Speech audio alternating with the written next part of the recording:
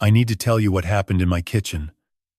Not during the day, when the sunlight pours through the windows and the Blue Ridge Mountains stretch out below my porch like a painting. Not during the evening when the crickets sing and the fog starts creeping up from the valley. No. This happened at 3 in the morning, in the dark, while I was asleep in my bed. Or at least, while I thought I was asleep and safe. It started with a phone call. Monday morning, 6:30. The sun hadn't cleared the ridgeline yet, and the fog still clung to the trees like a wet sheet thrown over the world. My phone buzzed on the nightstand. I picked it up and saw the name Dolores Whitaker. My neighbor. 76 years old. Retired schoolteacher. Lived on the hill across from mine for over 30 years. Dolores didn't call before sunrise unless something was wrong, I answered. Jean, she said. Her voice was low, shaking slightly, like she was trying very hard to stay calm. I need to tell you something. I sat up in bed, the mattress creaking beneath me. What is it, Dolores? She took a breath. I've been hearing sounds from your house the last few nights. Late. After midnight. Sounds like someone cooking. Pots and pans. Water running. And a smell, Jean.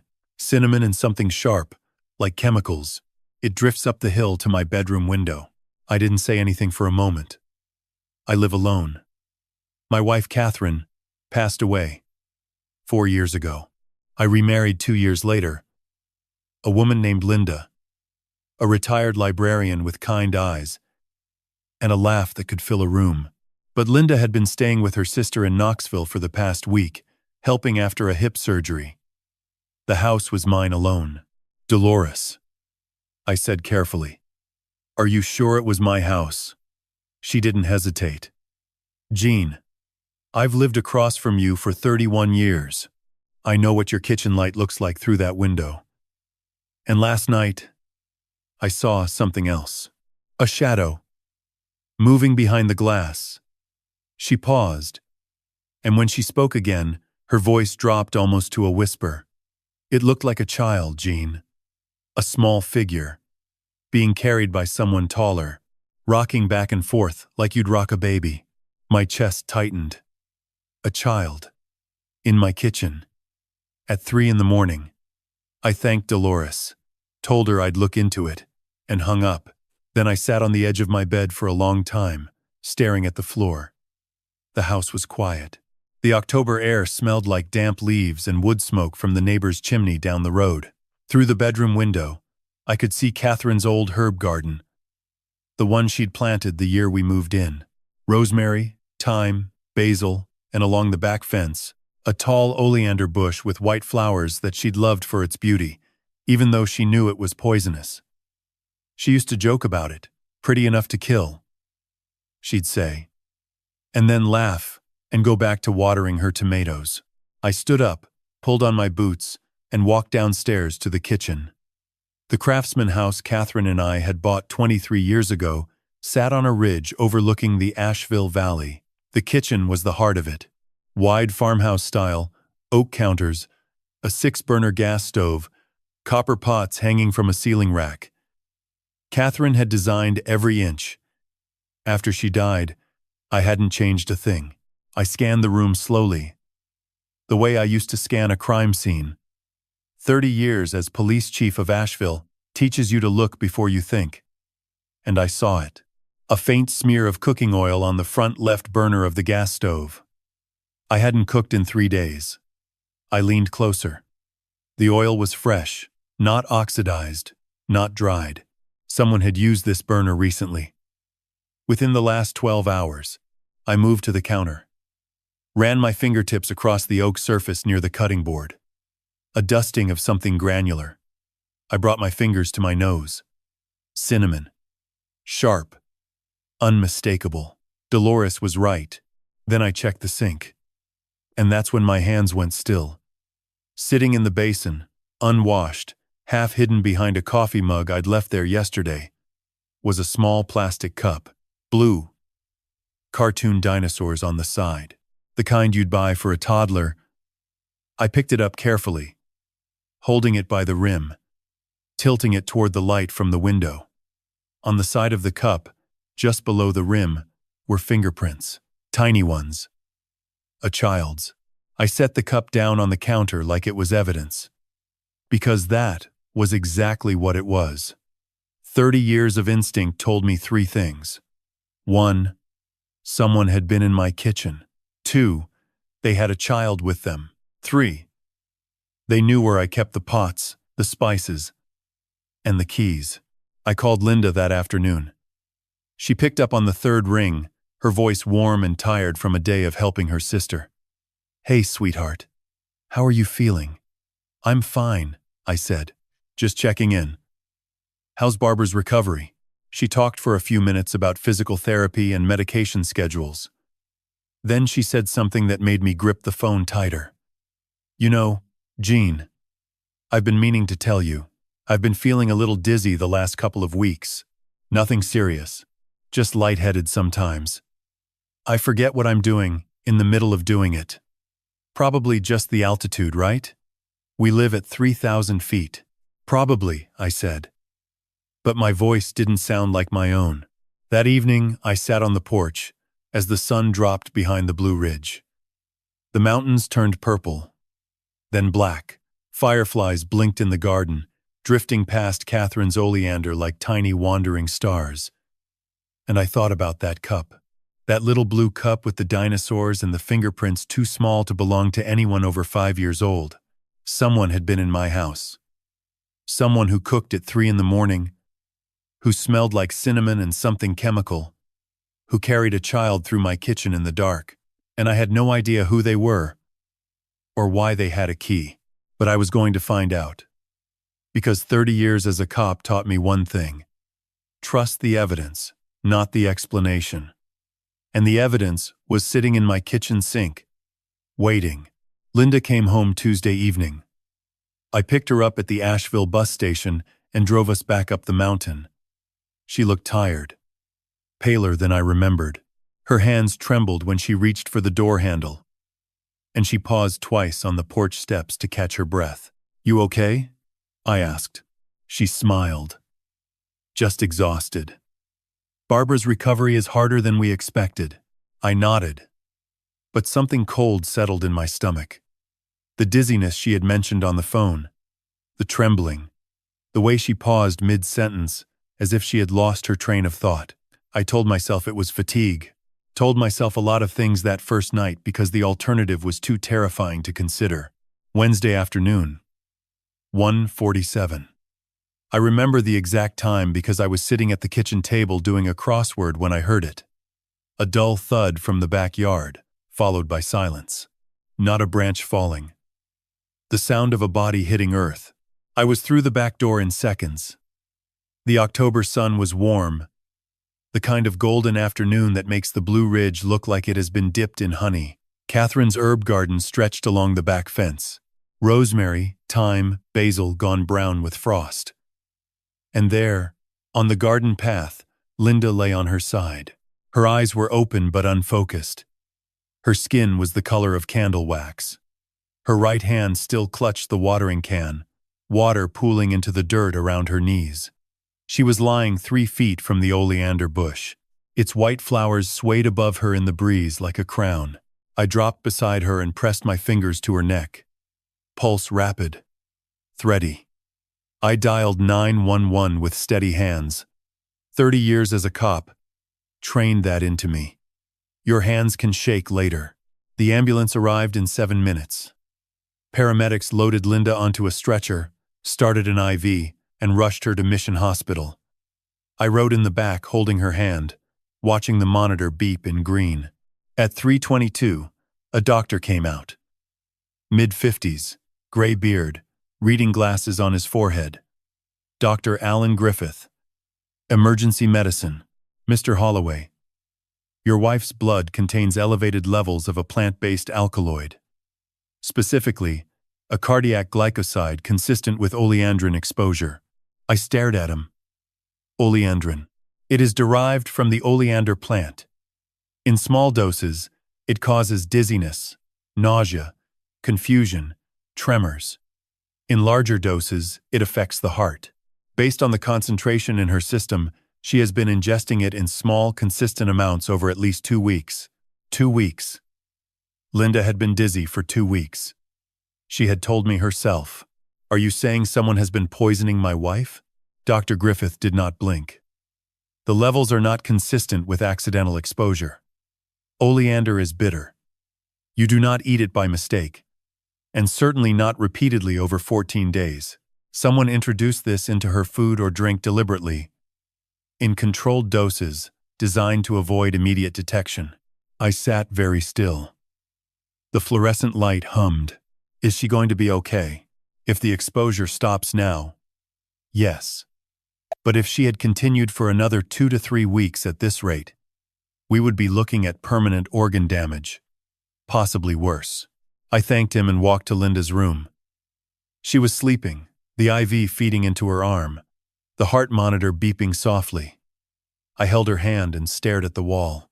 Oleandrin. From oleander. The plant in Catherine's garden. The one with white flowers that swayed over Linda's body like a crown. Pretty enough to kill, Catherine used to say, laughing. Then, go back to watering her tomatoes. Someone had been picking leaves from that bush, grinding them down, and feeding them to my wife. Someone with access to our house. Someone who knew about Catherine's garden. Someone with knowledge of plant-based pharmacology. Someone who understood dosing, timing, and how to stay invisible. At 6:15, I made a decision. I checked Linda out of the hospital, drove 20 miles west on Interstate 40, and pulled into the Ridgeview Motor Lodge. A squat, one-story building behind a gas station, the kind of place where nobody asks questions. I paid cash. $62 a night.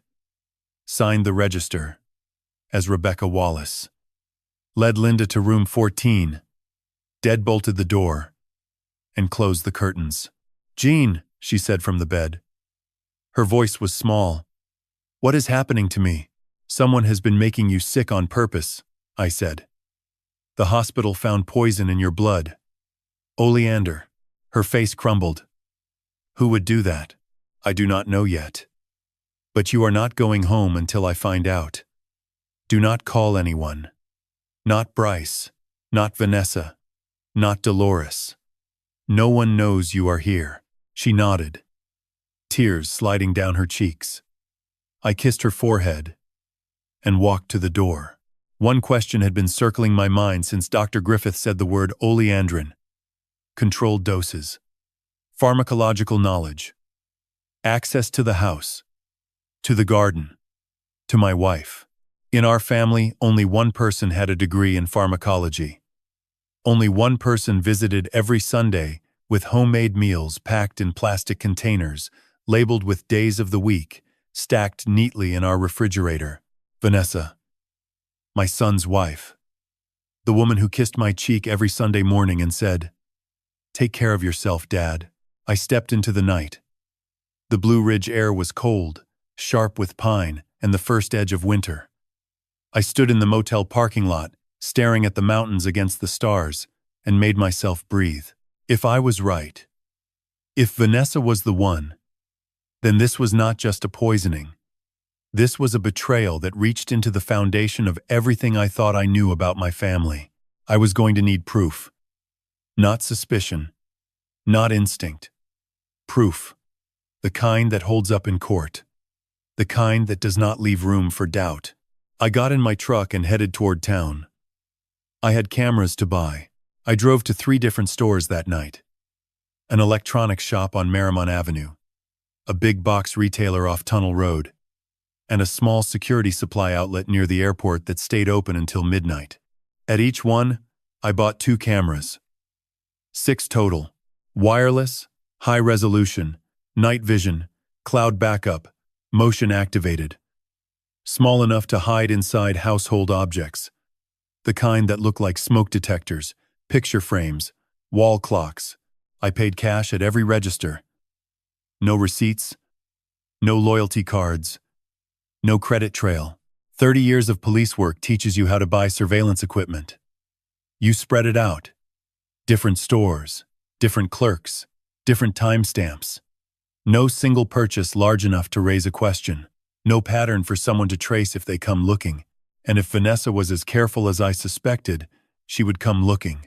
By 1 in the morning, I was back at the house. The mountain was dark and silent. No lights in Dolores's windows across the hill. No cars on the ridge road. Just the wind through the pines and the distant sound of the French Broad River somewhere far below. I worked fast and quiet, room by room. Kitchen first. The most important one. I opened the spice rack mounted to the wall above the counter, the one Catherine had built from reclaimed barnwood, and wedged a camera between the oregano and the paprika, lens facing outward, angled to capture the entire room. The stove, the counter, the refrigerator, the back door, and the side door, where someone had been entering at 3 in the morning. Hallway second. I took down the framed photograph of Catherine and me on our 20th anniversary, Pisgah National Forest, her hair blowing sideways, both of us laughing, and I fitted a camera behind the glass, angled to cover the staircase and the front door. I hung the frame back on the wall and stepped back. It looked exactly the same. Living room. The old wall clock above the fireplace mantel. I opened the back panel, slid a camera inside, positioned the lens through a gap between the clock face and the frame. It covered the couch, the front windows, and the hallway entrance. Office. My small study off the living room, where I kept legal documents, tax records, the deed to the house, insurance policies, and Catherine's will. I placed a camera between 2 law textbooks on the shelf above my desk. Lens aimed at the desk, the filing cabinet, and the door. Guest bedroom upstairs. The room no one used anymore. The room Dolores said she had seen lights in. I unscrewed the smoke detector on the ceiling and replaced it with a camera unit that looked identical. Wide angle. Covering the bed, the window, and the closet. Back porch. The last one. I tucked a camera inside a ceramic planter near the door, the one Linda had filled with mums last month. The lens pointed outward toward the side entrance, the gravel path, and the driveway. 6 cameras. 6 angles. Kitchen, hallway, living room, office, guest bedroom, back porch. Every entry point covered. Every room where someone might go if they came in through the side door and moved through the house. I synced them all to my laptop and phone. Real-time streaming. Motion alerts. Audio recording. Night vision that turned darkness into gray-green clarity. Everything uploaded automatically to a cloud server. Encrypted. Backed up every 15 minutes. Even if someone found the cameras and destroyed them, the footage would already be saved. I stood in the kitchen, laptop open on the counter, watching 6 feeds tile across the screen. My own house, from 6 angles, glowing in green night vision. Empty. Silent. Waiting. Then I pulled out my phone and composed a text to Bryce. My son. The man I had taught to throw a football. To change a tire. To shake hands like he meant it. The man who had married Vanessa 6 years ago in a ceremony at the Biltmore estate where I had given a toast about family, about trust, about building something that lasts. I typed carefully. Hey son, heading to Knoxville for a few days. Veterans reunion at the VFW Hall. House will be empty until Friday. Just wanted you to know, in case you need anything. I stared at the message for a long time before pressing send. If Bryce was innocent, the text meant nothing. A father telling his son he would be away for a few days. If he was not innocent, it was a door left open. An invitation. Bait. The phone showed delivered. Then read. No reply for 2 minutes. Then 3 dots. Then nothing. The dots disappeared. He had read it, started typing, and stopped. I put the phone in my pocket and picked up the bag I had packed. Laptop, charger, external hard drive, phone cables, 2 changes of clothes, a thermos of coffee, and a box of granola bars. I locked every door, checked every window, set the alarm, and walked to my truck. The drive took 25 minutes. West on Interstate 40, past the same gas station where Linda was sleeping in room 14 at the Ridgeview Motor Lodge, past the exit for Black Mountain, until I reached a place called the Hemlock Inn, $48 a night. A row of small cabins tucked behind a line of hemlock trees. No security cameras in the parking lot. No questions at the front desk. I checked in under my own name. No point hiding. If someone tracked me here, I wanted them to think I was just an old man on a trip, staying at a cheap motel, because that is what retired cops on pensions do. I carried the bag inside, set up the laptop on the small desk by the window, and logged into the camera feeds. 6 windows, 6 angles. My entire house glowing on a 13-inch screen. The house was dark. Empty. Morning light had not yet reached the ridge. The kitchen camera showed the spice rack, the stove, the side door. The hallway camera showed Catherine's photograph, the staircase, the front door. Everything still. Everything waiting. I leaned back in the chair and took a long breath.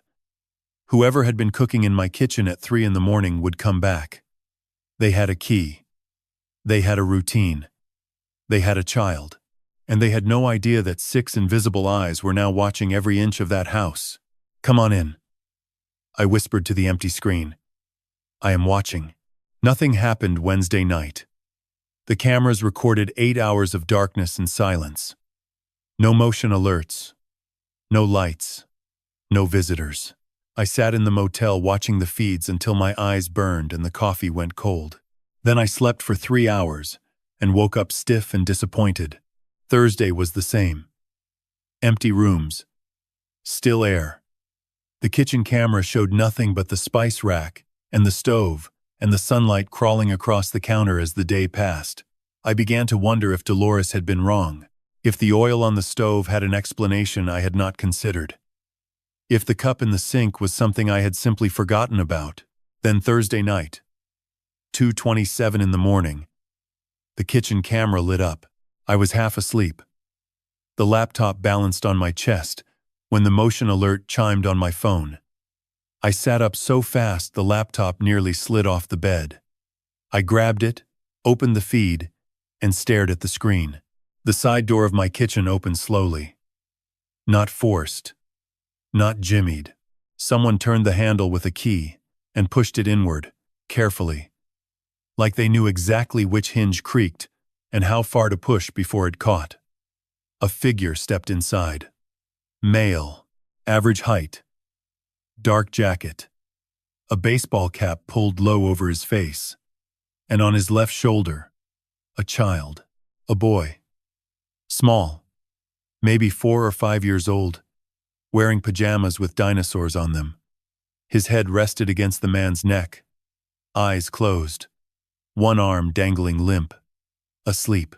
The man closed the door behind him with his foot, locked it, stood still for a moment, listening. Then he walked to the living room, and I switched to that camera feed. He laid the boy gently on the couch, tucked a blanket around him, placed a stuffed elephant beside his head, and set a coloring book and crayons on the cushion next to him. The boy did not stir.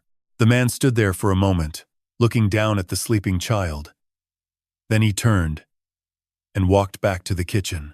I switched feeds again, and I watched him cook. He moved through my kitchen like he owned it. Opened the cabinet where I keep the pots without searching. Pulled a cutting board from the drawer beside the stove without looking. Found the olive oil, the salt, the pepper, the garlic, all in one fluid motion, like he had done this dozens of times before. He cracked eggs one-handed into a bowl, whisked them with a fork, poured oatmeal into a pot of boiling water, and stirred it slowly, patiently, with the kind of wrist motion I had seen only in professional kitchens. While the oatmeal simmered, he sliced bread, toasted it in the oven, and arranged brown sugar on top of the oatmeal in the shape of a dinosaur, a Tyrannosaurus rex, its tiny arms spread wide, made entirely from brown sugar crystals. I stared at the screen. This man was not a burglar. Burglars do not make dinosaur oatmeal. At 2:51, the boy appeared in the kitchen doorway, rubbing his eyes, dragging the stuffed elephant by one ear. The man turned, smiled, and knelt beside him. "Hey, buddy, you hungry?" The boy nodded. The man lifted him onto a chair, set the dinosaur oatmeal in front of him, poured a small cup of milk, and sat across from him. The boy ate slowly, kicking his feet beneath the chair, and the man watched him with an expression I recognized instantly: love, and underneath it, fear. After breakfast, the man washed every dish, wiped the counter, scrubbed the stove, swept the floor. He cleaned with the same nervous intensity I had seen in suspects who knew they were being watched, except he did not know. He was simply afraid. Afraid of leaving a trace. Afraid of being discovered. Afraid of something I could not yet see. At 3:45, he pulled out his phone, checked the time, and sighed. He walked to the living room, knelt beside the couch, and shook the boy's shoulder gently. The boy had fallen back asleep, chocolate-colored fingers still wrapped around a green crayon. "Time to go, buddy," the boy whimpered. "I do not want to go. I like this house." "I know," the man said softly. "But we have to. Come on. Daddy will carry you." He picked the boy up, grabbed the elephant, and walked to the side door. Before he left, he turned back and scanned the kitchen one final time. His eyes moved across the counters, the stove, the floor, checking, making sure nothing was out of place, making sure no one would ever know he had been there, except he had missed the cup. 3 nights ago, when he had been here before I installed the cameras, his son had left a small blue dinosaur cup in the sink, and that cup had led me to Dolores, and Dolores had led me here. Watching this man carry his sleeping child out of my kitchen at 3:48 in the morning, the side door closed. The lock clicked. The kitchen went dark. I leaned back against the headboard, my chest tight. This man was not a criminal. He was a father who cooked oatmeal dinosaurs for his son at 2 in the morning in someone else's kitchen because he had nowhere else to go. A father who cleaned every surface like his life depended on it because maybe it did. But none of that explained why he had a key to my house, or who gave it to him, or why he was here. I was about to close the laptop and write down everything I had observed when the kitchen camera lit up again. 3:15 in the morning. 27 minutes after the man and his boy had left, the back door opened. Not the side door. The back door. A different entrance. A different person. A figure stepped into the kitchen.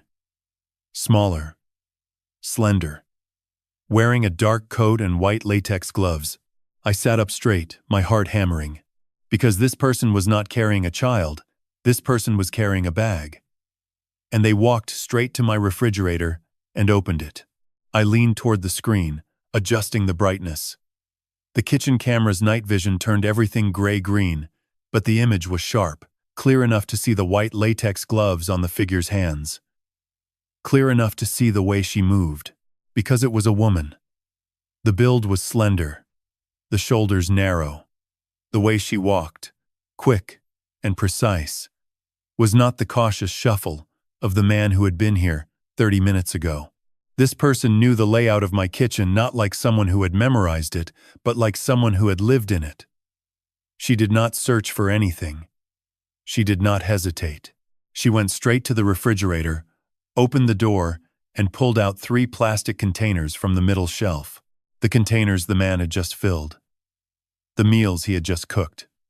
The food he had carefully prepared, and stacked neatly before carrying his sleeping son out the side door. She set the containers on the counter, opened her bag, and pulled out 2 items. A small glass vial, dark amber, the size of a thumb, and a precision dropper, the kind pharmacists use to measure exact doses of liquid medication. My breath stopped. She unscrewed the cap on the first container, held the dropper over the food, squeezed. 1 drop, 2 drops, 3 drops. She paused, tilted the dropper to check the level, and screwed the container shut. She shook it gently, side to side, mixing the liquid into the food without disturbing the surface. Then the second container. Same process. Unscrew.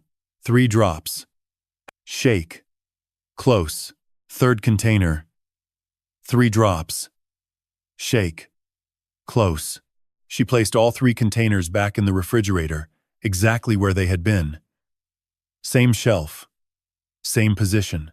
Same angle.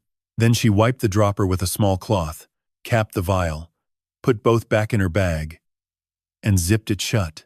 The whole process took 4 minutes and 12 seconds. I know because I watched the timestamp in the corner of the screen. She stood in the middle of my kitchen, looked around once, slowly, checking. Then she turned toward the back door, and as she passed under the overhead light fixture, the camera caught her left hand. A ring. Gold band with a small diamond cluster. I had seen that ring 1,000 times. I had been there when my son slid it onto her finger 6 years ago at the Biltmore estate, while I stood beside him in a rented tuxedo and gave a toast about family. I zoomed in. The image pixelated slightly, then sharpened. Her shoes. Black leather flats with a small silver buckle on the side. Vanessa wore those shoes every time she visited. She called them her Sunday shoes because she only wore them when she came to our house for the weekly meal drop-off.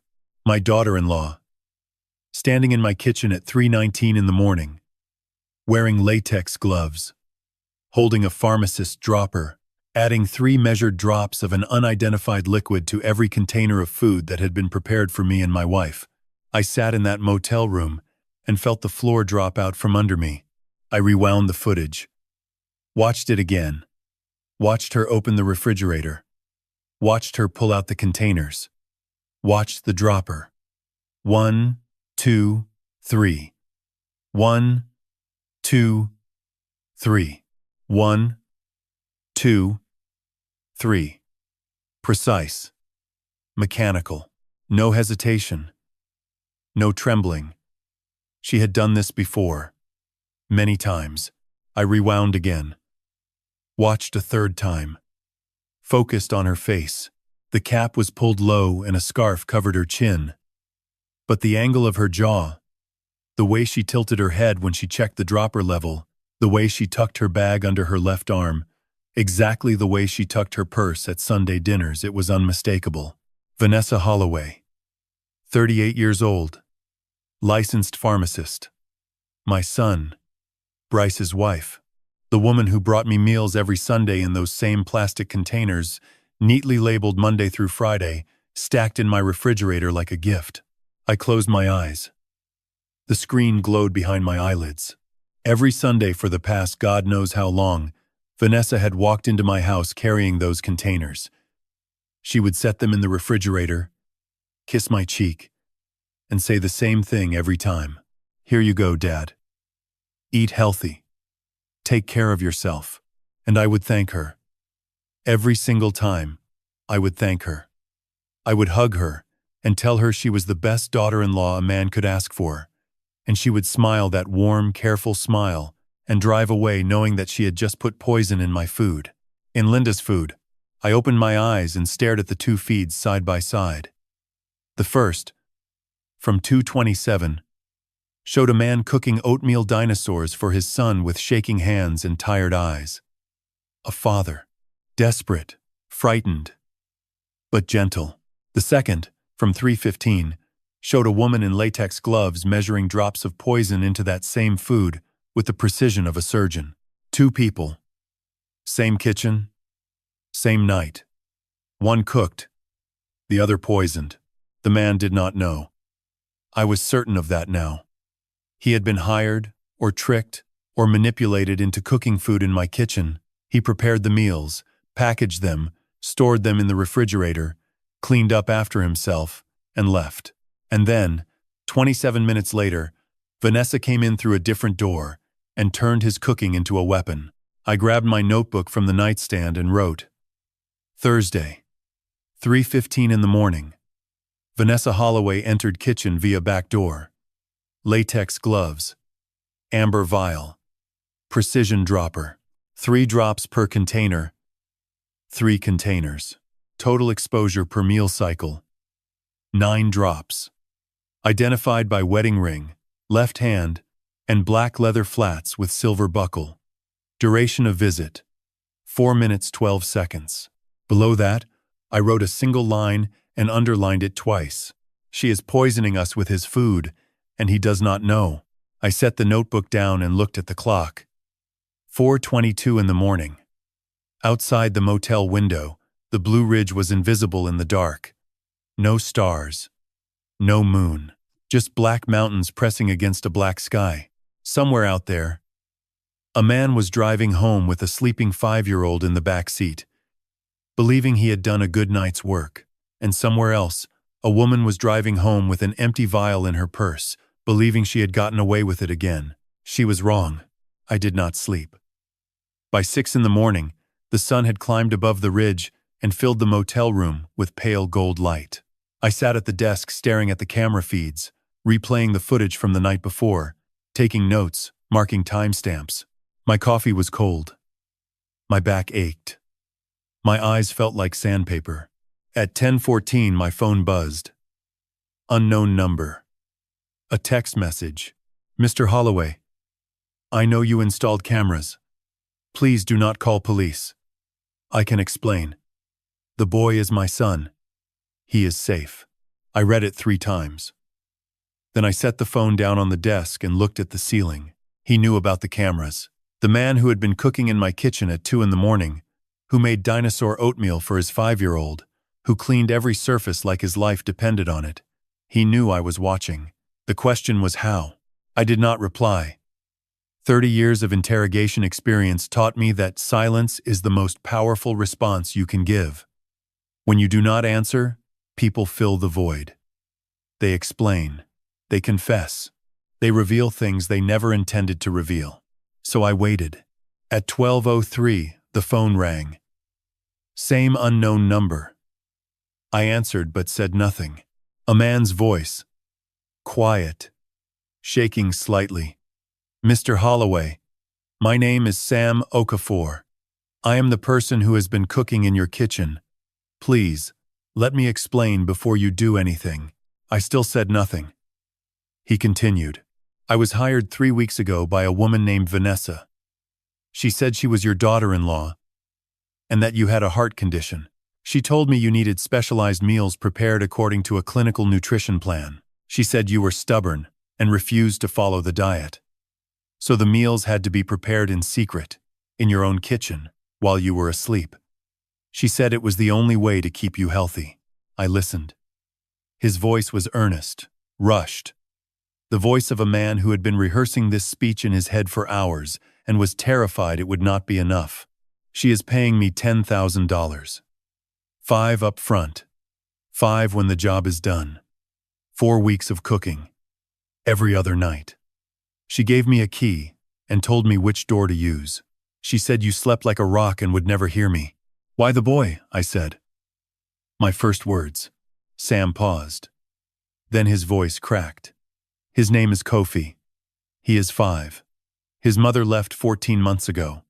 No forwarding address. No phone calls. I have full custody, but I do not have childcare. I cannot afford a babysitter. And I cannot leave him alone at night.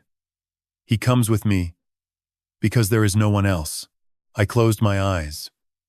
A father with no options. A child with no mother.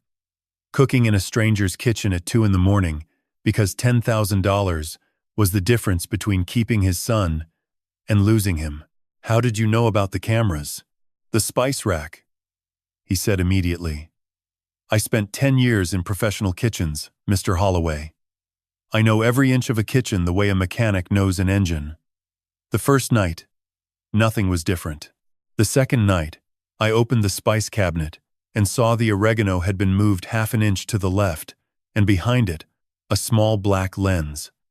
I saw the red light blink once when I reached for the paprika. I almost smiled. Almost. A man who noticed a half-inch shift in an oregano jar. A real chef. Sam, I said slowly. Where are you from? Lagos, Nigeria. I came to the United States 11 years ago on a culinary scholarship. Worked at restaurants in Atlanta, Charlotte, and Asheville. Head chef at a place called Indigo on Lexington Avenue for 3 years until it closed during the pandemic. Since then, I have been doing catering jobs, private cooking, anything I can find. And the money Vanessa offered? He was quiet for a moment. I am $8,000 behind on rent, Mr. Holloway. My landlord filed for eviction last month. Kofi's mother's lawyer is arguing that I cannot provide stable housing. If I lose the apartment, I lose him. The custody hearing is in 6 weeks. $10,000 is everything. It is the difference between keeping my son and watching a judge hand him to a woman who walked out on him when he was 3 years old. His voice broke on the last word. I heard him take a breath, fighting to hold himself together. I let the silence sit for a moment. Then I said the thing I had been holding back since I first watched him make a Tyrannosaurus Rex out of brown sugar at 2 in the morning. Sam, I believe you. You are not the problem. But I need to tell you something. And I need you to listen carefully. Okay. The food you have been cooking in my kitchen. Someone has been adding something to it after you leave. A woman comes in through the back door approximately 20 to 30 minutes after you leave. She opens the containers you prepared, adds a liquid substance with a precision dropper, 3 drops per container, and puts them back in the refrigerator. My wife has been eating that food. She is in the hospital. The doctors found poison in her blood. Silence. Long, horrible silence. I could hear him breathing. Fast. Shallow. Then, very quietly, "Oh God." More silence.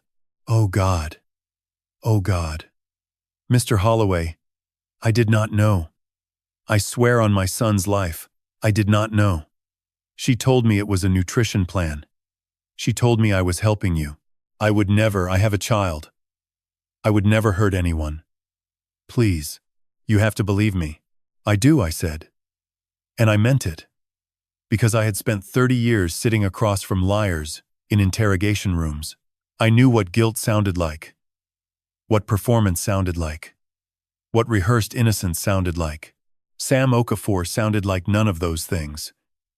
He sounded like a man whose world had just been ripped apart by a single sentence. Sam, listen to me. Do not contact Vanessa. Do not tell her we spoke. Do not change your routine. Come back tomorrow night, cook the same meals, leave the same way. Act like nothing has changed. Why? Because I need more evidence.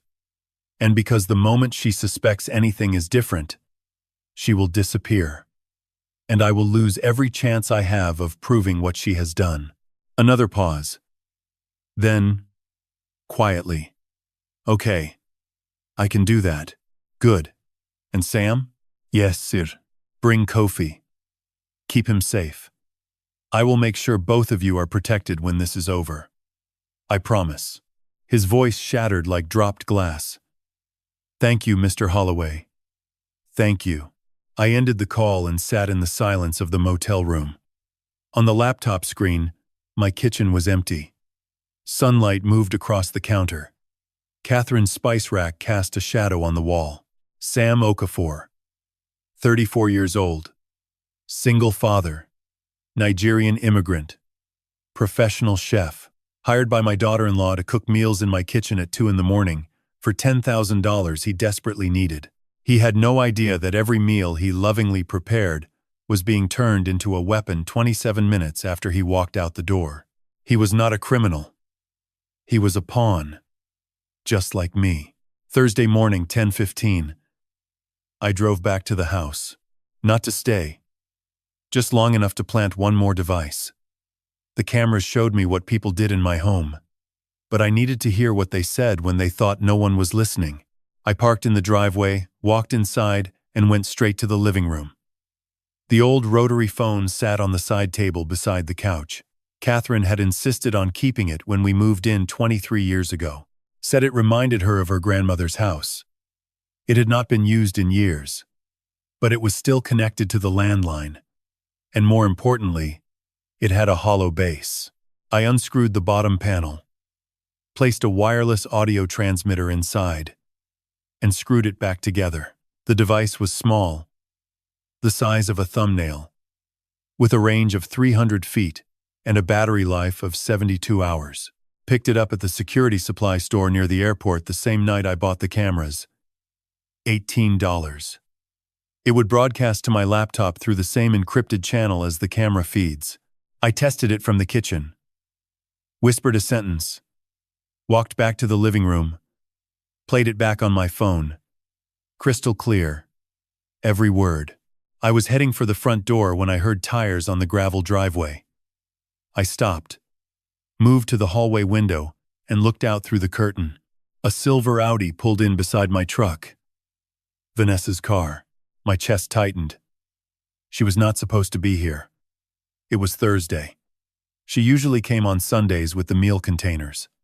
I had not told anyone I was home. I stepped back from the window and moved quickly to the kitchen, then out the side door, the same one Sam used. I walked around the back of the house, through Catherine's garden, and crouched behind the tool shed where I had a clear view of the driveway and the back porch camera feed on my phone. Vanessa got out of the car. She was wearing her work clothes, gray blazer, black pants, the silver buckle flats. She carried her leather bag over one shoulder. She did not ring the doorbell. She did not call out. She walked straight to the front door, pulled out a key, and let herself in. I switched to the hallway camera on my phone, watched her walk past the living room, past the kitchen, down the hallway, and into my office. She closed the door behind her. I switched to the office camera. Vanessa set her bag on my desk, opened the top drawer of the filing cabinet, and began pulling out folders. I zoomed in. The labels were clear. Estate documents, property deed, Buncombe County tax records, Catherine Holloway last will and testament, Blue Ridge Retirement Fund. She opened each folder, laid the pages flat on the desk, and photographed them with her phone. Methodical, page by page. She did not rush. She did not look over her shoulder. She photographed every document in that cabinet like she had done it before and knew exactly how much time she had. 7 minutes. 23 documents. 41 photographs. When she finished, she replaced every folder in the correct order, closed the cabinet, picked up her bag, and walked out of the office. She passed through the hallway, out the front door, locked it behind her, got in her car, and drove away. I stayed behind the tool shed for 5 minutes after she left. Then I went back inside, checked the filing cabinet. Everything was in place. Nothing missing. She had not taken the documents. She had copied them. She was building a file, assembling every piece of information she needed about my assets, my property, my retirement, my will. This was not just about poisoning Linda and me. This was about taking everything. I drove back to the Hemlock Inn, sat at the desk, opened the laptop, and waited. At 8:14 that evening, the audio transmitter activated. A phone ringing in the living room. Then Vanessa's voice, coming through the device with startling clarity. She must have come back to the house after I left and was using the landline, or she was on speakerphone near the transmitter. The doses are working. Her voice was flat, clinical. Linda forgot where she put her keys 3 times yesterday. She could not remember the name of her sister's dog. Another month of this, and we can get Dr. Fenton to certify both of them incompetent. Cognitive decline. Early onset dementia. He has already agreed to sign the paperwork. A man's voice responded. My son. Bryce. Good. And the camping trip records? You are sure no one can trace it? I stopped breathing. Vanessa's voice did not change. Did not waver. Catherine has been dead 4 years. No one questioned it then. The coroner ruled it food poisoning from wild mushrooms. Case closed. No one is going to reopen a 4-year-old accidental death investigation. Bryce again. But if they do, if someone starts asking questions, they will not. Vanessa's tone sharpened. The coroner is retired, The evidence was cremated with the body, and Gene still thinks it was mushrooms. He has never suspected anything. I sat frozen in the motel chair, headphones pressed against my ears, my hands gripping the edge of the desk so hard my knuckles went white. Camping trip. Catherine. 4 years ago. Wild mushrooms. Except Vanessa had just told my son, that there was something to trace. Something worth hiding. Something that had nothing to do with mushrooms. The recording continued. Bryce spoke again, his voice lower. What about Dr. Fenton? Can we trust him? Vanessa laughed. A short, cold sound. Fenton will do whatever we pay him to do. He has already accepted $60,000. He is not going to risk losing that by growing a conscience now.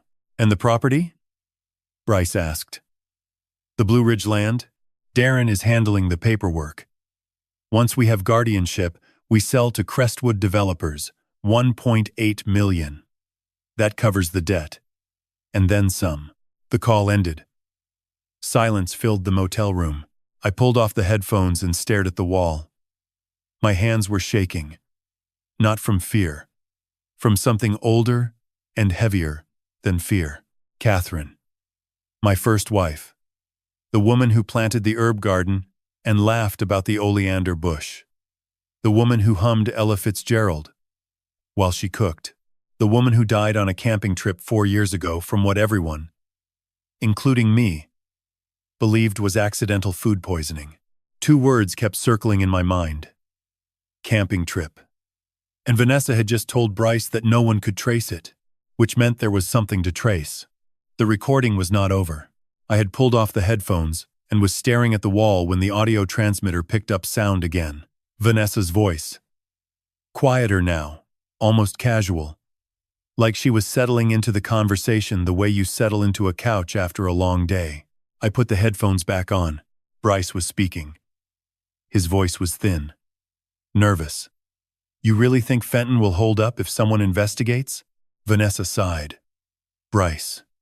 No one is investigating. No one has investigated for 4 years. The coroner said wild mushrooms. Gene accepted it. The insurance company paid out. Everyone moved on. But what if Gene starts asking questions? What if he starts remembering things differently? He will not. Vanessa's voice was ice. He is 68 years old, and he is eating 9 drops of oleandrin a day. In another month, he will not remember what he had for breakfast, let alone what happened on a camping trip 4 years ago. Silence. Then Bryce, barely above a whisper. Sometimes I still think about it. Think about what? The stew. Vanessa. The stew. A pause. When Vanessa spoke again, her voice was different. Not cold. Not clinical. Something worse. Patient. Like a teacher, correcting a slow child. It was not mushrooms, Bryce. It was oleander.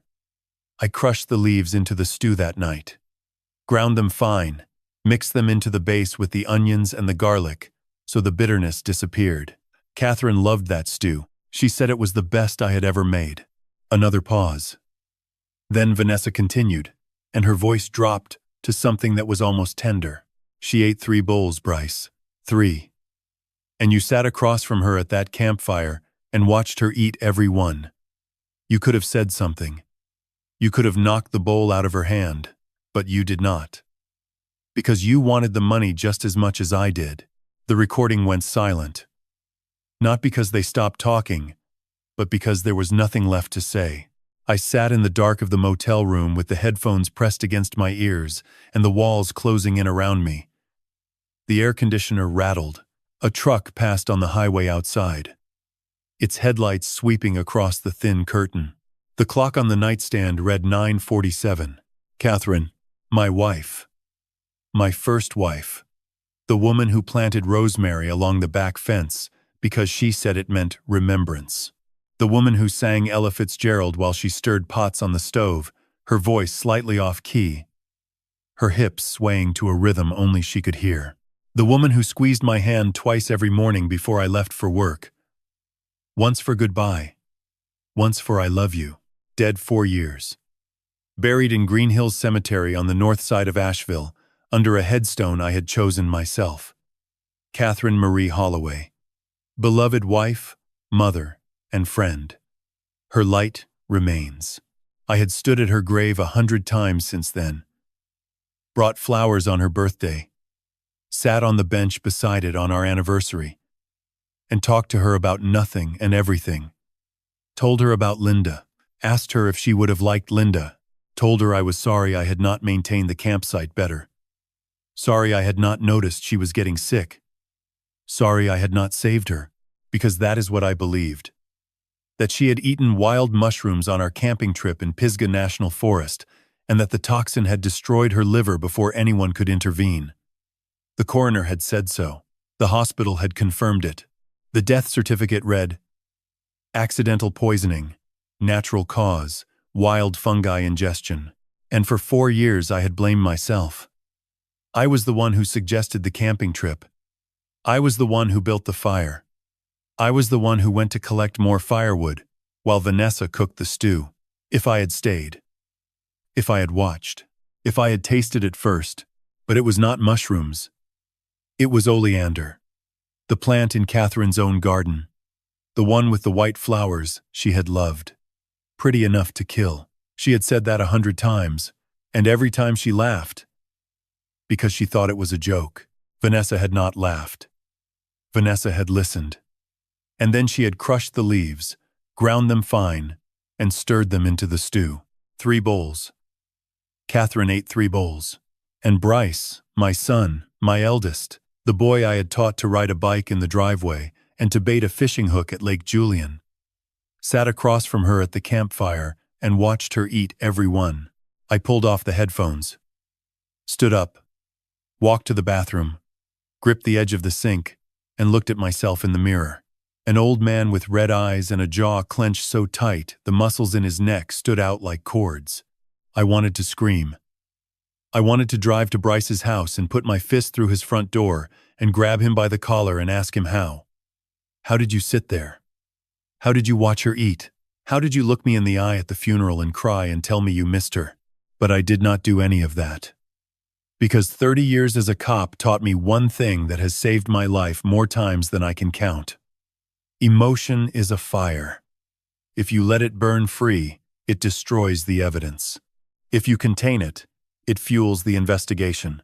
I walked back to the desk, sat down, put the headphones on, replayed the recording from the beginning. I crushed the oleander leaves into the stew. She ate 3 bowls. You watched and said nothing. I saved the file, uploaded it to 3 separate cloud accounts. One personal, one tied to a backup email I had created years ago, one on a server Margaret Chen had set up for legal work. If something happened to me, the recording would survive. The truth would survive. Then I opened my notebook and wrote, Catherine Marie Holloway. Murdered. October 11th, 2021. Oleander poisoning. Method. Crushed leaves, mixed into stew on camping trip in Pisgah National Forest. Perpetrator. Vanessa Holloway. Witness and accomplice. Bryce Holloway. Coroner ruled accidental. Actual cause. Homicide. I underlined the last word 3 times. My hand was trembling. Below it, I wrote one more line. 4 years. She has been dead 4 years. And my son watched it happen. I closed the notebook. Stared at the ceiling. The air conditioner rattled. A car passed outside. And I sat in that motel room until the sun came up, playing the recording on loop, each time hoping I had misheard, each time hearing it more clearly than before. 3 bowls. She ate 3 bowls. And Bryce watched. Friday. 1:12 in the morning. I could not sleep. The recording played in my head on a loop, even with the headphones off. 3 bowls. 3 bowls. 3 bowls.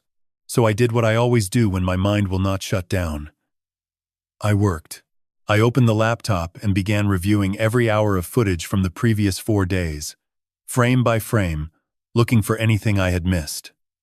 Kitchen, hallway, living room, office, guest bedroom, back porch. 6 feeds, 96 hours each.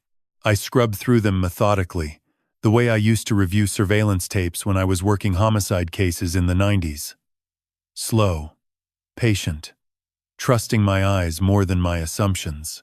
At 2:27 I found it. The guest bedroom camera. Timestamp from Tuesday evening. 6:14. Hours before I installed the cameras. Except, that was impossible. The camera had not been installed until 11 that night. I checked the metadata. The file was real. The timestamp was wrong, which meant someone had placed a device in that room before me. I zoomed in on the bedroom feed. Scanned the room inch by inch. Bed, nightstand, window, closet, dresser, bookshelf. Everything looked normal. Everything looked the way it had for years. Except one thing. On the bookshelf beside the window, between a volume of Appalachian folk history and a collection of Flannery O'Connor short stories, sat a book I had never bought. Dark green spine. No title. Slightly thicker than the books beside it. I had walked past that shelf 1,000 times and never noticed it because it blended perfectly. I drove to the house at 3 a.m, went straight to the guest bedroom, pulled the book from the shelf, and opened it. Hollow inside. And nested in the cavity, a wireless camera, the size of a shirt button. Lens pointed directly at my bed. My bed.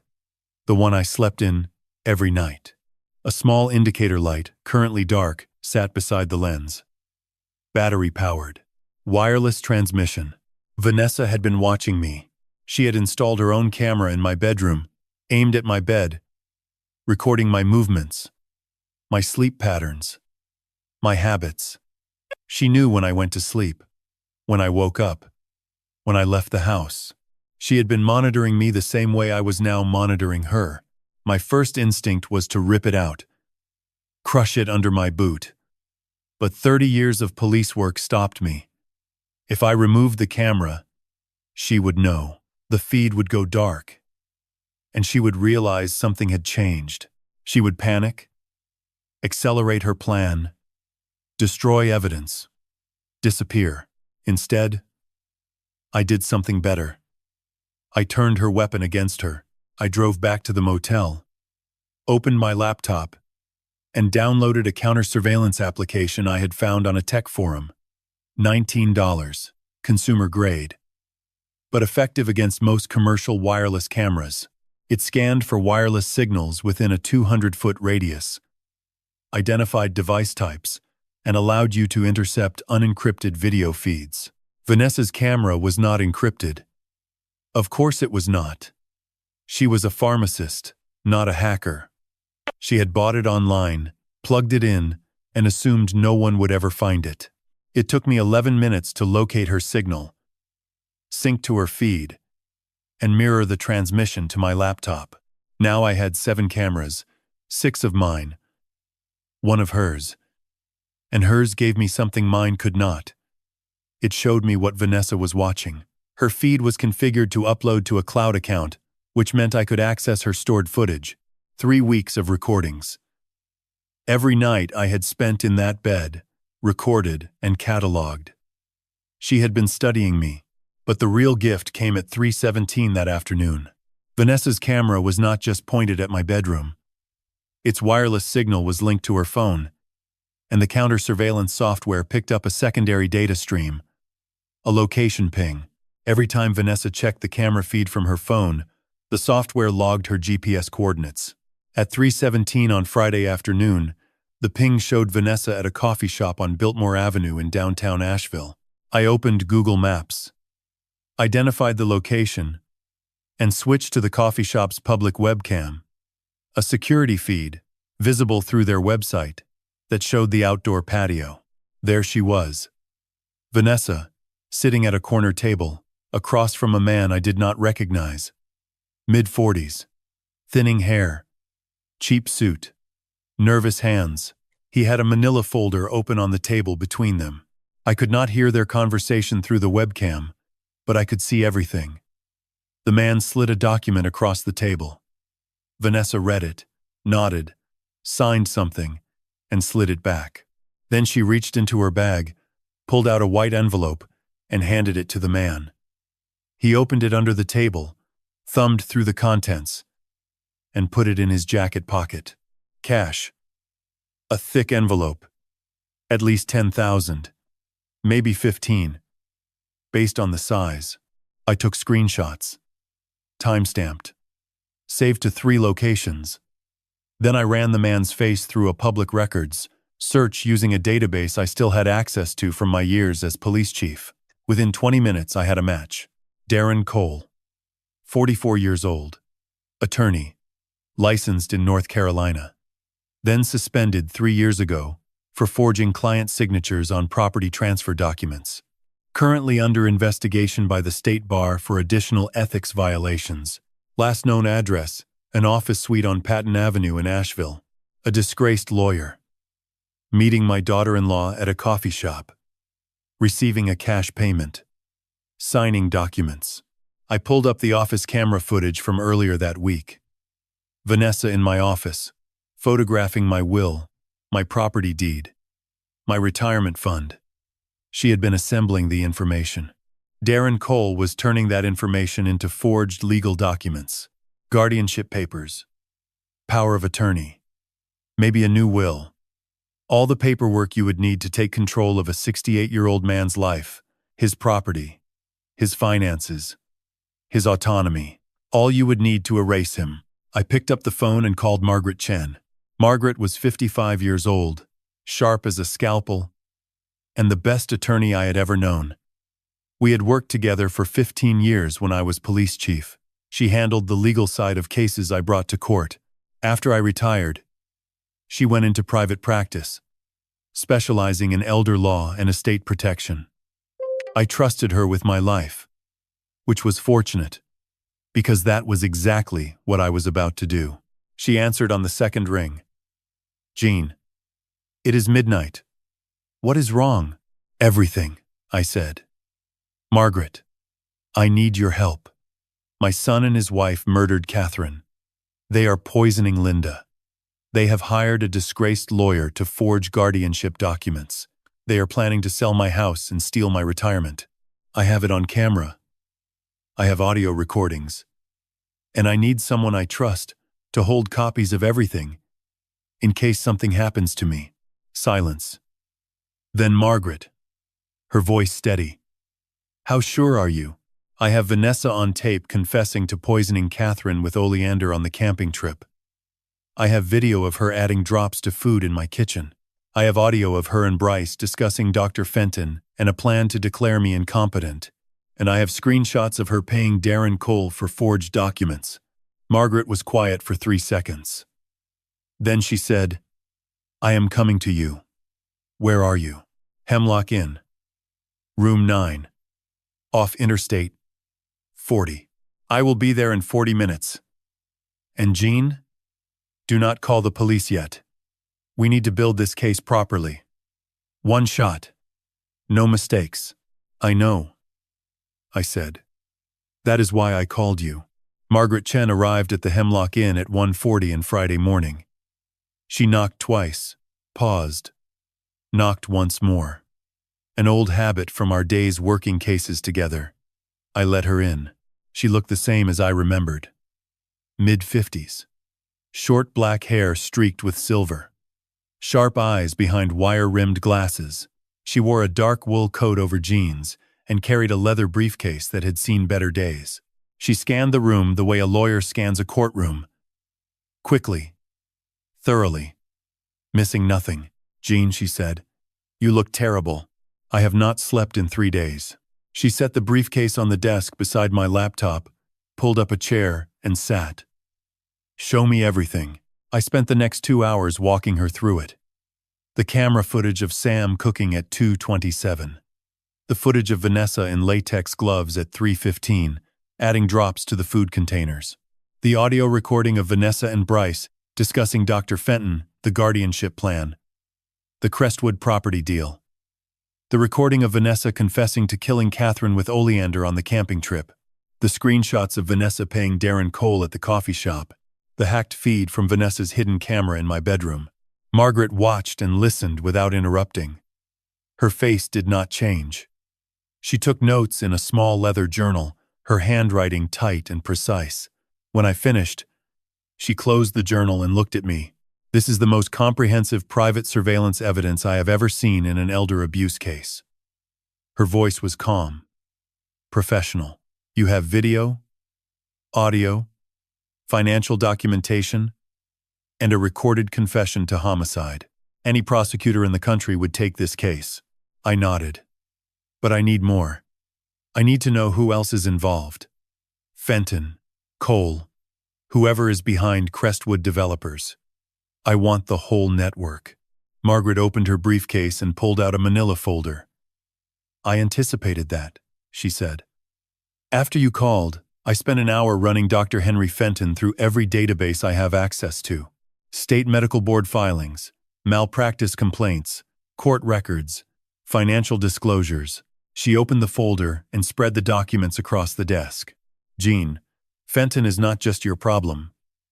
He is a pattern. I looked at the papers. Complaint forms, court filings, financial records.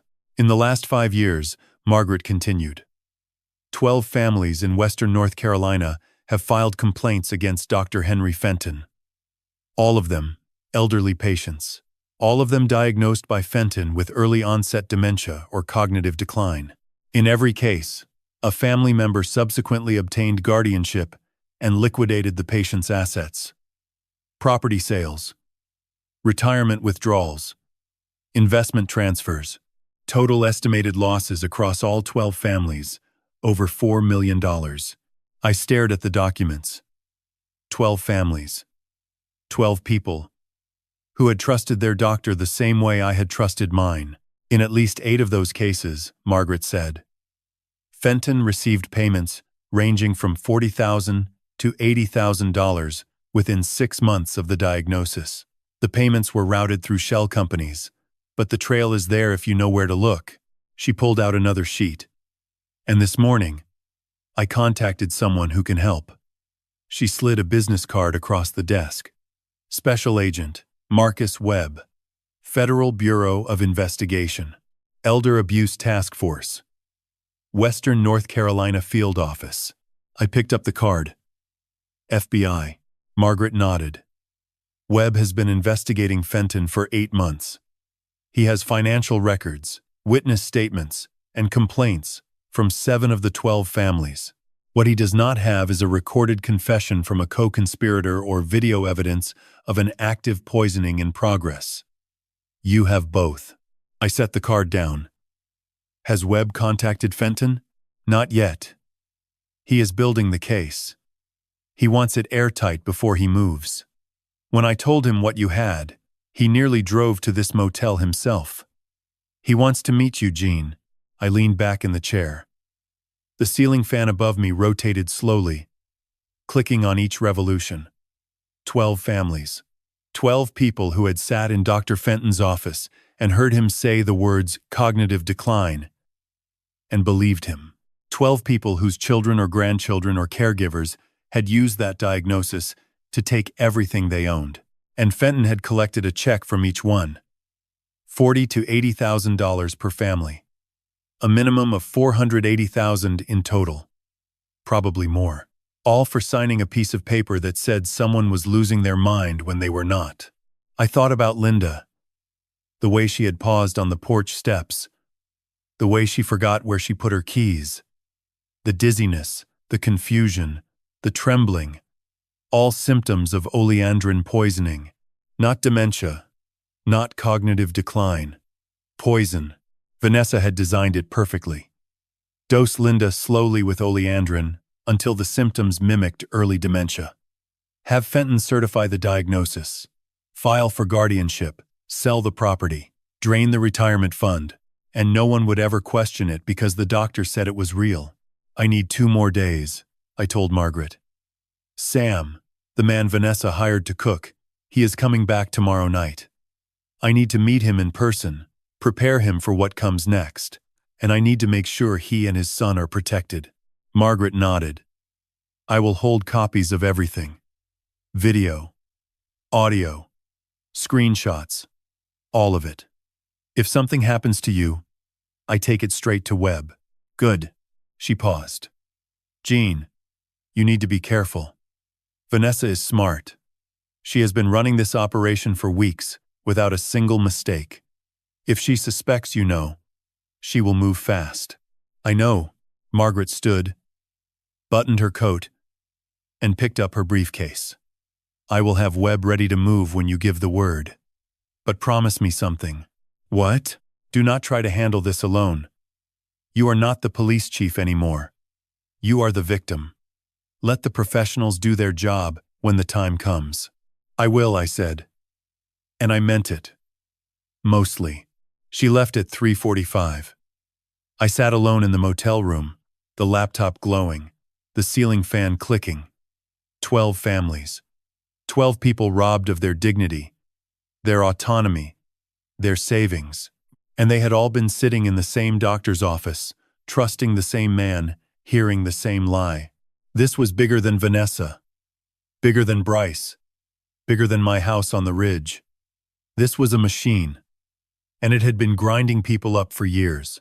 I was about to close the laptop when my phone buzzed. A text from an unknown number. Not Sam's number. A different one.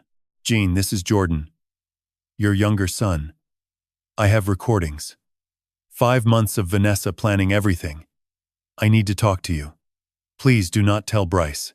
I stared at the screen. Jordan. My younger son. The quiet one. 39 years old. Accountant. Always sat at the edge of the table during family dinners, listening more than talking. Smiled when spoken to. Nodded when Bryce talked. Never challenged anyone. Never raised his voice. He had recordings. 5 months of recordings. And he was reaching out to me at 4 a.m. Terrified. I typed one word. Where? The reply came in seconds. Pack Square Park. Tomorrow. Noon. I will be on the bench by the fountain. I set the phone down and stared at the ceiling. 2 sons. One had watched his mother die and said nothing. The other had been recording evidence for 5 months, waiting for the right moment to speak. Tomorrow I would find out which one Jordan truly was. I arrived at Pack Square Park 12 minutes early. The November air had turned sharp overnight, the kind of cold that sits on your chest and refuses to leave. I chose a bench near the Vance Monument, facing the fountain, where I could see every entrance. 41 years in law enforcement teaches you to never sit with your back to a sidewalk. I hadn't seen Jordan in 7 months. The last time was Easter, at Bryce and Vanessa's house. He'd sat at the far end of the table, barely touched the lamb, and left before dessert. I remember thinking he looked thin. Catherine would have noticed. Catherine would have made him a plate to take home, but Catherine was dead. And the woman who killed her had carved the lamb that night. At 12:03, a gray Honda Civic pulled into the metered lot across Patton Avenue. Jordan stepped out, wearing a canvas jacket, 2 sizes too large, and a Braves cap pulled low. He was 31, but he moved like a man carrying 60 years of weight. He crossed the street without looking both ways, another thing Catherine would have corrected. He sat on the far end of my bench, 3 feet of space between us, like a buffer zone. Dad. Jordan. We sat in silence for 11 seconds. I counted.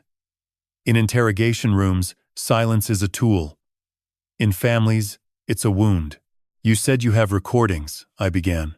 Jordan unzipped his jacket and pulled out a black Samsung, not his regular iPhone. A burner.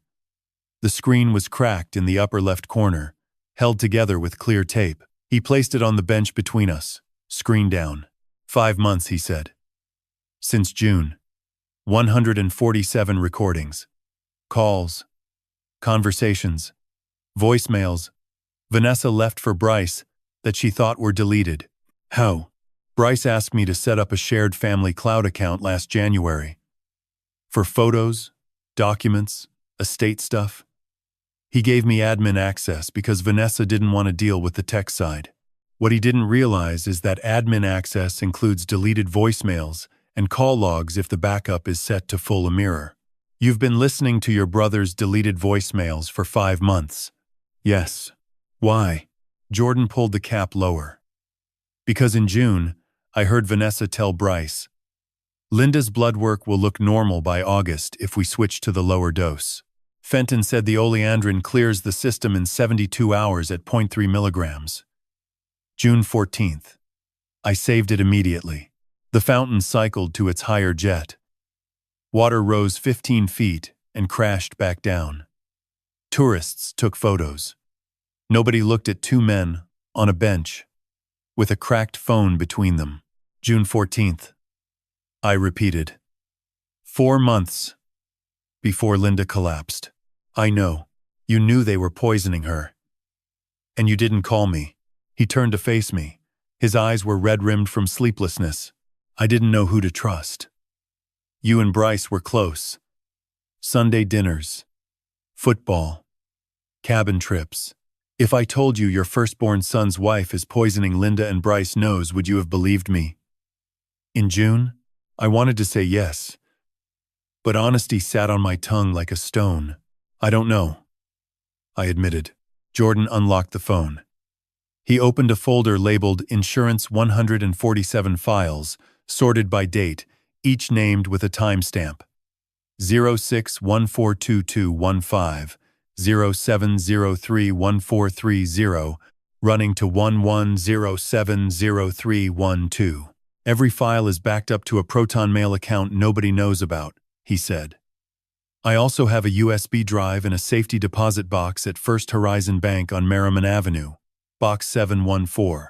Play October 11th, I said. Jordan's hand froze. Dad. October 11th.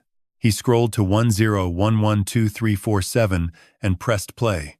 Vanessa's voice filled the space between us. Bryce. Stop worrying about the anniversary. Nobody's reopening anything. The coroner signed off 4 years ago. Wild mushrooms.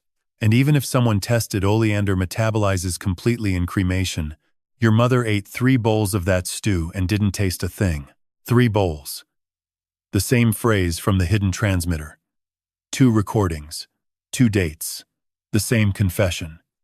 That wasn't a slip. That was pride. Jordan stopped the recording. His hand was shaking. She talks about it like a recipe, he whispered. I closed my eyes. Somewhere across the park, a child laughed. It reminded me of Kofi making dinosaur oatmeal at 3 in the morning, innocent in the middle of someone else's crime. There's more. Jordan scrolled to 08291915. Vanessa tells Bryce that Fenton agreed to sign incompetency papers for you and Linda for $80,000. She says Fenton's done this for 11 other families. 11. Margaret had said 12. Between August and now, Fenton had added 1 more victim. Jordan. Will you testify? He pulled the cap off. His hair was pressed flat, unwashed. He looked like his mother. Bryce is my brother, he said. I know. Vanessa will say I fabricated everything. That I'm unstable. Probably. And Bryce will never speak to me again. Probably not. Jordan looked at the still fountain pool reflecting bare oak branches. Mom would have wanted me to, he said quietly. Yes. He placed the Samsung in my hand. Warm, light, and holding everything. I'll testify. But promise me when the trial is done and Bryce is wherever he ends up, don't let this family disappear. I wrapped my fingers around the phone. The crack pressed into my palm like a scar. We won't disappear. Not while I'm still breathing. Jordan walked toward the gray Honda without looking back. This time, he looked both ways. Crossing Patton Avenue. I sat for another 22 minutes. Then I opened Catherine's notebook to a blank page. Friday, 12:47 p.m. Jordan confirms 147 recordings, June-November. Proton Mail plus USB. First Horizon, Box 714. Oct 11. Vanessa repeats, 3 bowls. Og 29. Fenton named $80K. 11 families. Jordan testifies. He looks like his mother. I underlined the last sentence twice, stood, and drove up Marymount Avenue toward my 5 o'clock meeting with Margaret Chen. After that, a call to Agent Marcus Webb. The proof was in my pocket. 147 timestamps, ticking like a clock, that had finally started counting down. I called Sam at 4 o'clock Saturday afternoon. Tomorrow is too late, I said. I need you to cook tonight. Same routine, same recipes, same time. But I need you to arrive 30 minutes early. Sam was quiet for 3 seconds. I heard Kofi singing in the background, something about a caterpillar. The same melody he hummed while stirring oatmeal at 3 in the morning in my kitchen. She will come after me, Sam said. If the routine changes, the routine isn't changing. You're cooking Saturday instead of Sunday. Tell Vanessa you have a church obligation tomorrow morning and need to shift one day. She won't question it. She needs those meals prepared. Another pause. Then, what happens after tonight?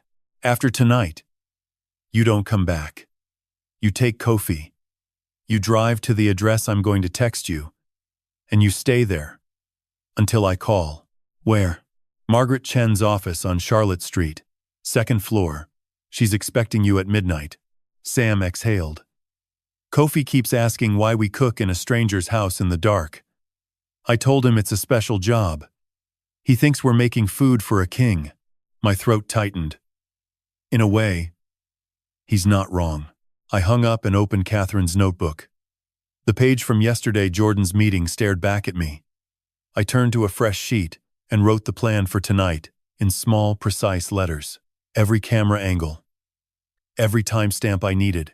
The exact moment I would leave the house and the exact moment I would return. Tonight was not about catching Vanessa on camera again. I already had that. Tonight was about capturing the full chain: Sam's arrival, Sam's cooking, Sam's departure, and then Vanessa's entry with the amber vial in one unbroken sequence. A single footage file with no edits, no cuts, no gaps that a defense attorney could exploit. At 5:47 p.m., I drove to the house. The Blue Ridge Mountains had turned copper and rust under the late autumn sun, and the light through my kitchen window made everything look warm, safe, ordinary. That was the cruelest part. From the outside, nothing about this house suggested poison. I checked all 6 cameras. Battery levels ranged from 61 to 89%. CloudSync confirmed. I activated the continuous record function no motion trigger gaps and set the resolution to 1080p. Then I placed 3 fresh containers on the middle shelf of the refrigerator, exactly where Sam always stored them. Empty. Waiting. At 7:14 p.m., I heard the back door open. Sam entered carrying a canvas grocery bag in one hand and Kofi's hand in the other.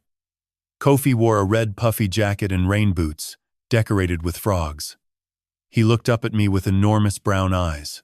"Mr. Jean," Kofi said, "Daddy says tonight is the last time we cook for the king." I crouched down to his level. "That's right, Kofi. The king says thank you." Kofi smiled wide, gap-toothed, radiant. Then he ran to the counter and pulled his step stool into position, the same spot where he always stood. Between the stove and the spice rack, Sam unloaded ingredients: chicken thighs, sweet potatoes, rosemary, garlic, a small jar of cinnamon. The cinnamon, that scent that started everything. The smell, Dolores noticed drifting up the hill at 3 in the morning. "Same recipes?" Sam asked. "Exactly the same. Chicken stew, sweet potato mash, garlic bread. 3 containers. Seal them and place them on the middle shelf." Sam nodded. He tied his apron, a plain white one, the same one captured on every camera recording since I installed them, and began working. His hands moved with the precision of a man who had cooked professionally for 12 years. Knife against cutting board. Steady, rhythmic, controlled. Kofi stirred the sweet potatoes with a wooden spoon almost as tall as himself. He hummed the caterpillar song. The kitchen filled with rosemary and garlic, and the warmth of a stove that had no idea what happened to the food after it left this room.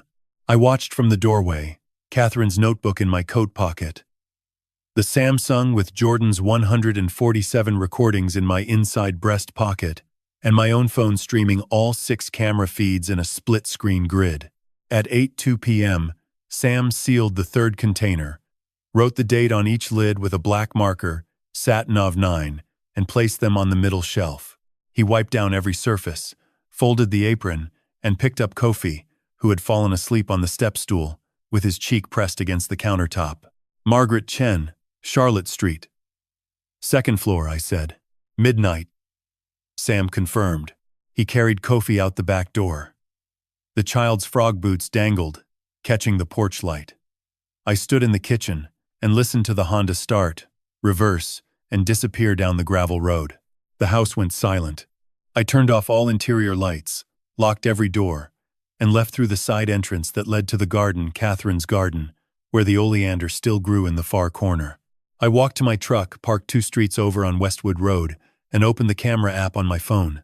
6 feeds. 6 angles. 1 continuous recording. The timestamp read 20 hours, 11 minutes, and 43 seconds.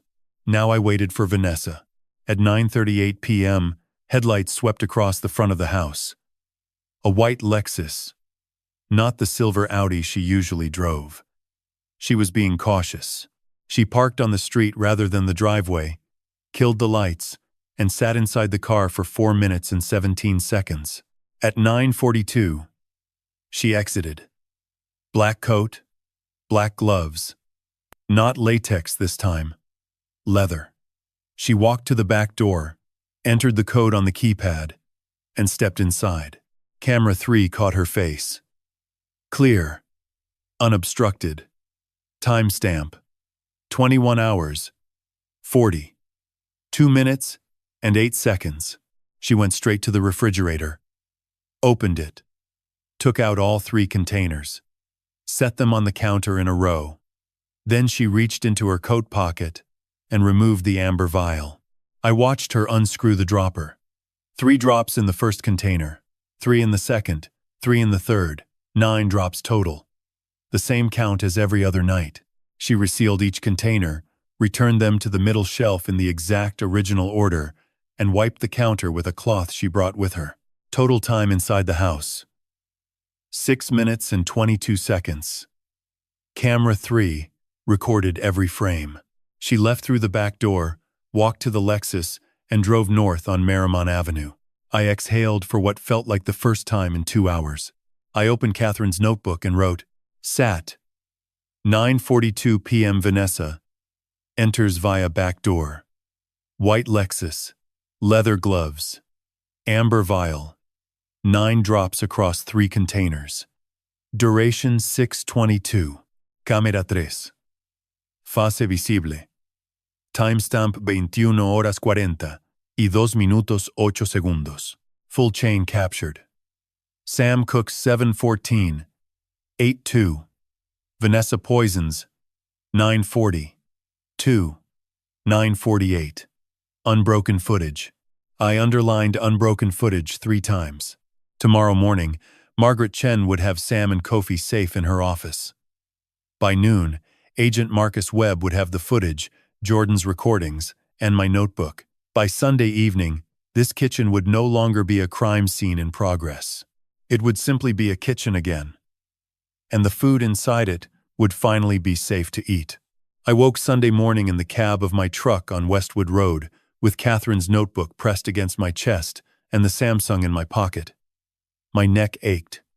My knees ached. Everything ached. 68 years old and sleeping in a Ford F1, 150. Catherine would have had words about that. At 7:15 a.m., I called Bryce. He answered on the second ring, which told me he'd been waiting. A man who isn't worried lets it ring 4 or 5 times. 2 rings meant he knew something had shifted. Dad, where have you been? Vanessa said you haven't been home in days.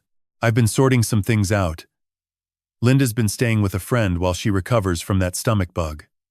Listen, I want to have a family lunch today. At the house. Noon. You, Vanessa, and me. There are some estate papers I need to go over with both of you. The pause lasted 6 seconds. I could almost hear him calculating. Estate papers? Catherine's trust documents. Margaret Chen flagged some inconsistencies in the beneficiary structure. Nothing major, but I need signatures. Easier to do it in person. Can't it wait until… No. It can't. Noon. Bryce. I hung up before he could negotiate. In interrogation, you never let the subject choose the timeline. You set it, and you hold it. At 8:30, I drove to the house. The morning light made the Blue Ridge peaks look gentle, almost soft.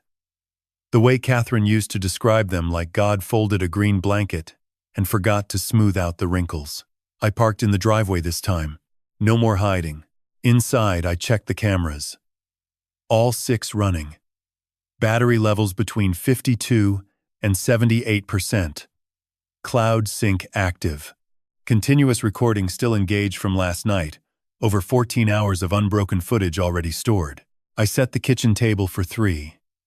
Catherine's good plates, the white ones with the blue rim she bought in Savannah on our 30th anniversary.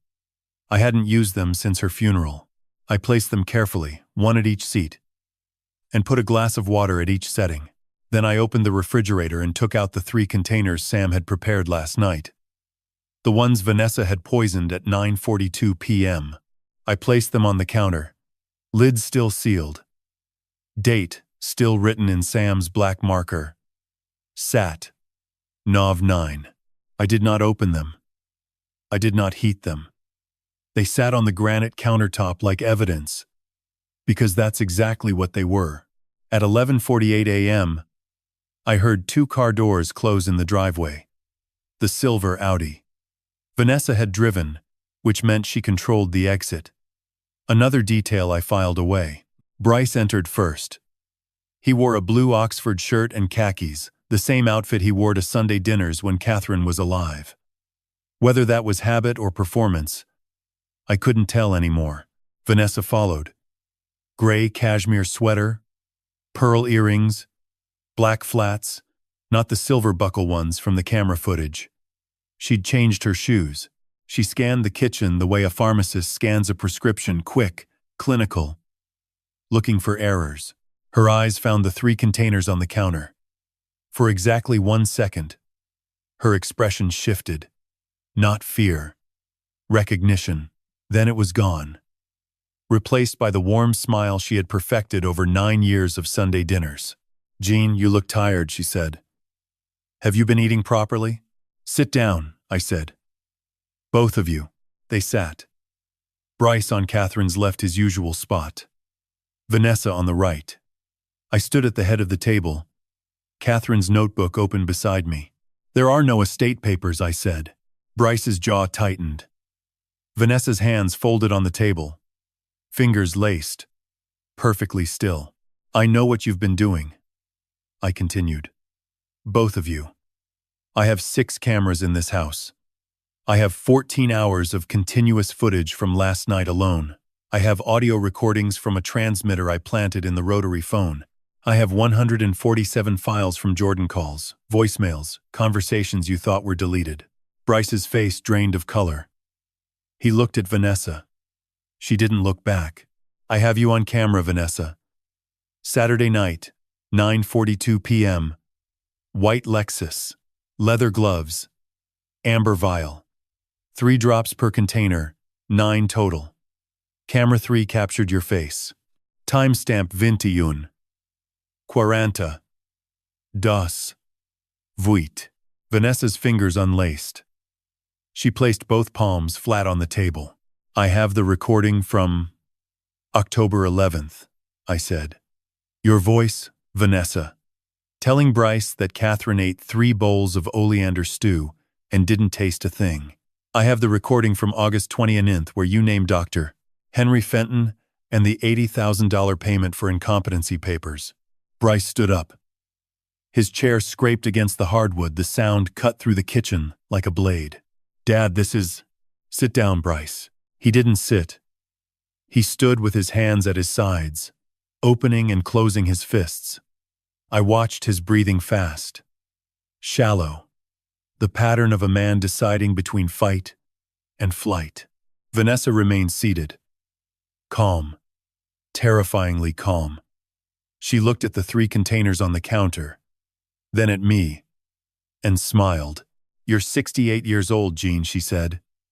Her voice was level, almost clinical. "You've been sleeping in your truck. Your wife is hidden in a motel under a fake name. Your younger son is feeding you illegally obtained recordings. And your evidence comes from cameras you installed without consent in your own home." She tilted her head. "Who do you think a judge will believe?" "The FBI," I said. "Agent Marcus Webb, Elder Abuse Task Force. He's had Dr. Fenton under investigation for 8 months. Your recordings and my footage are being delivered to his office this afternoon." For the first time, something moved behind Vanessa's eyes. Not fear calculation. She was running scenarios, the way she ran dosage calculations in the pharmacy. Then she stood. Slowly. She reached for her purse on the counter, the black leather bag she always carried, and I saw her hand move toward the side pocket. "Don't," I said.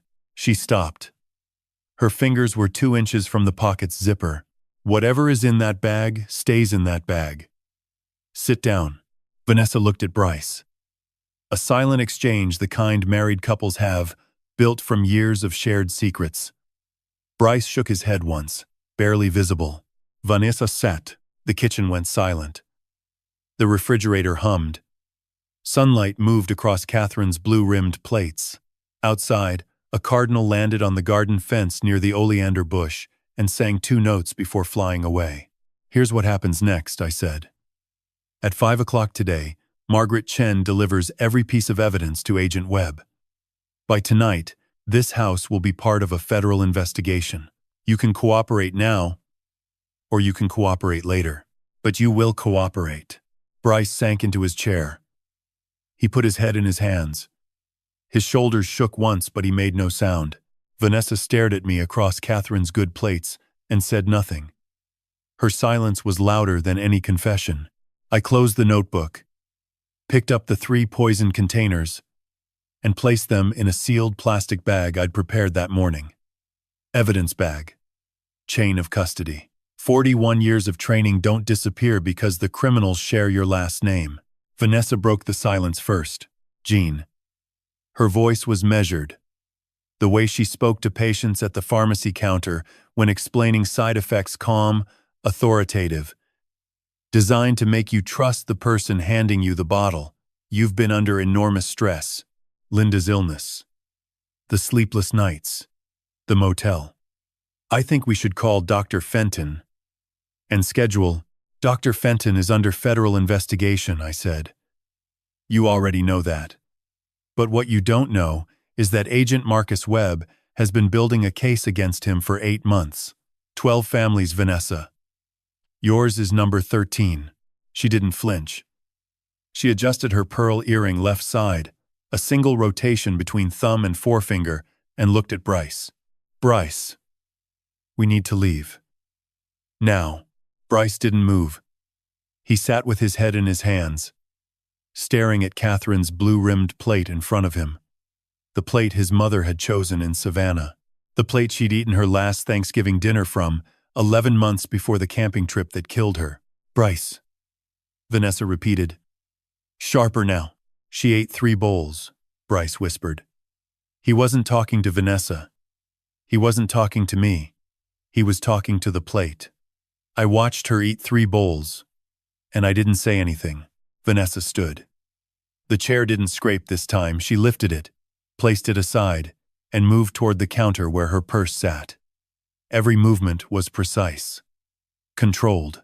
A woman dismantling a situation the way she dismantled a compound in the lab. "Vanessa, step away from the bag." She didn't stop. Her hand found the side pocket, unzipped it, and pulled out a phone.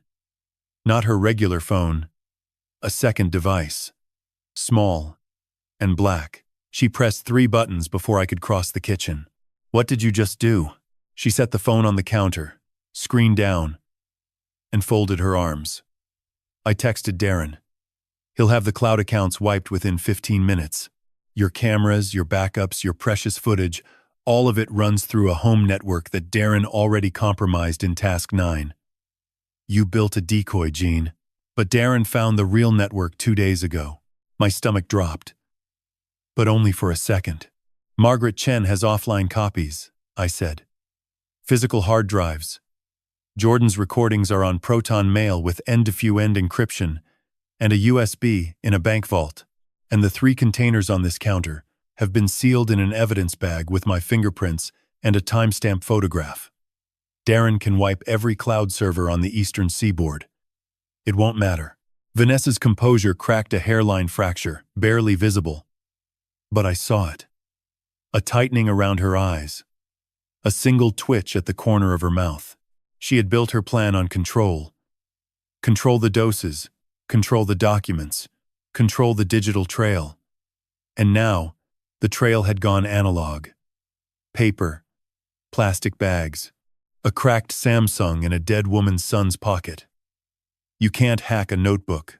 At 1:14 middags. The doorbell rang. I opened it to find Detective Aaron Gallagher of Buncombe County Sheriff's Office standing on the porch with 2 uniformed deputies. Behind them, a black Chevrolet Suburban with federal plates idled in the driveway.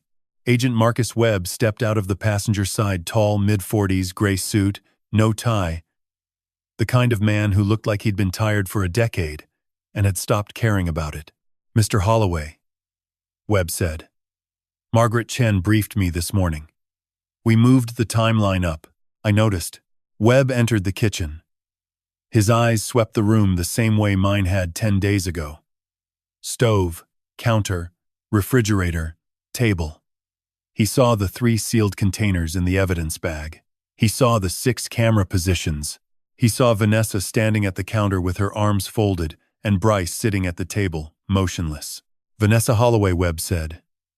"I'm Agent Marcus Webb, FBI Elder Abuse Task Force. You're being detained for questioning in connection with the poisoning of Linda Holloway and the suspected homicide of Catherine Marie Holloway. You have the right to remain silent." Vanessa listened to the full Miranda warning without blinking. When Webb finished, she said one sentence, "I want my attorney. Richard Keene. His number is in my phone." Detective Gallagher cuffed her. The pearl earrings caught the kitchen light as her hands were pulled behind her back. She walked out the front door without looking at Bryce, without looking at me, without looking at Catherine's plates on the table. Bryce hadn't moved. Webb crouched beside him. "Mr. Holloway." "Bryce, I need you to come with us as well. You're not under arrest at this time. But we have questions regarding your knowledge of the events your father described." Bryce lifted his head. His eyes were dry, no tears, just a hollow emptiness that reminded me of the morning after Catherine's funeral, when he'd stood in the garden and stared at the oleander bush for 40 minutes without speaking. "I knew," Bryce said. His voice was flat. "I knew about the stew. I knew about Linda. I knew about Fenton. I knew about all of it." Webb looked at me. "I looked at my son, Bryce Holloway," Webb said quietly. "I'm placing you under arrest as an accessory to the poisoning of Linda Holloway and a material witness in the death of Catherine Holloway. You have the right to remain silent." Bryce stood. He held his wrists out before Webb finished the warning. The deputies cuffed him at the kitchen table, next to Catherine's plates. He walked out the same door as Vanessa, but slower, heavier, like a man walking underwater. I stood alone in the kitchen. The refrigerator hummed. The afternoon sun moved across the floor.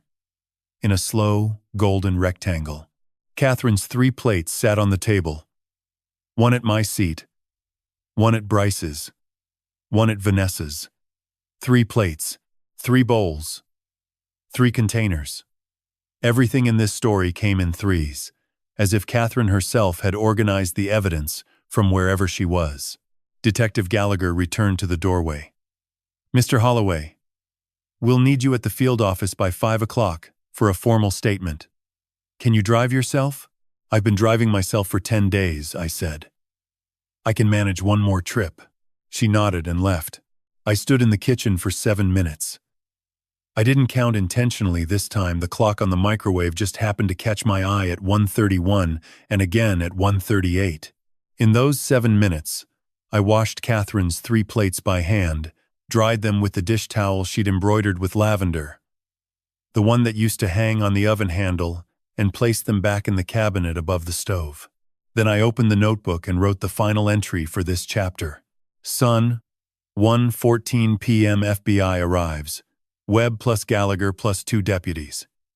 Vanessa detained. Requests attorney Richard Keene. Bryce arrested. Accessory plus material witness. Confesses knowledge.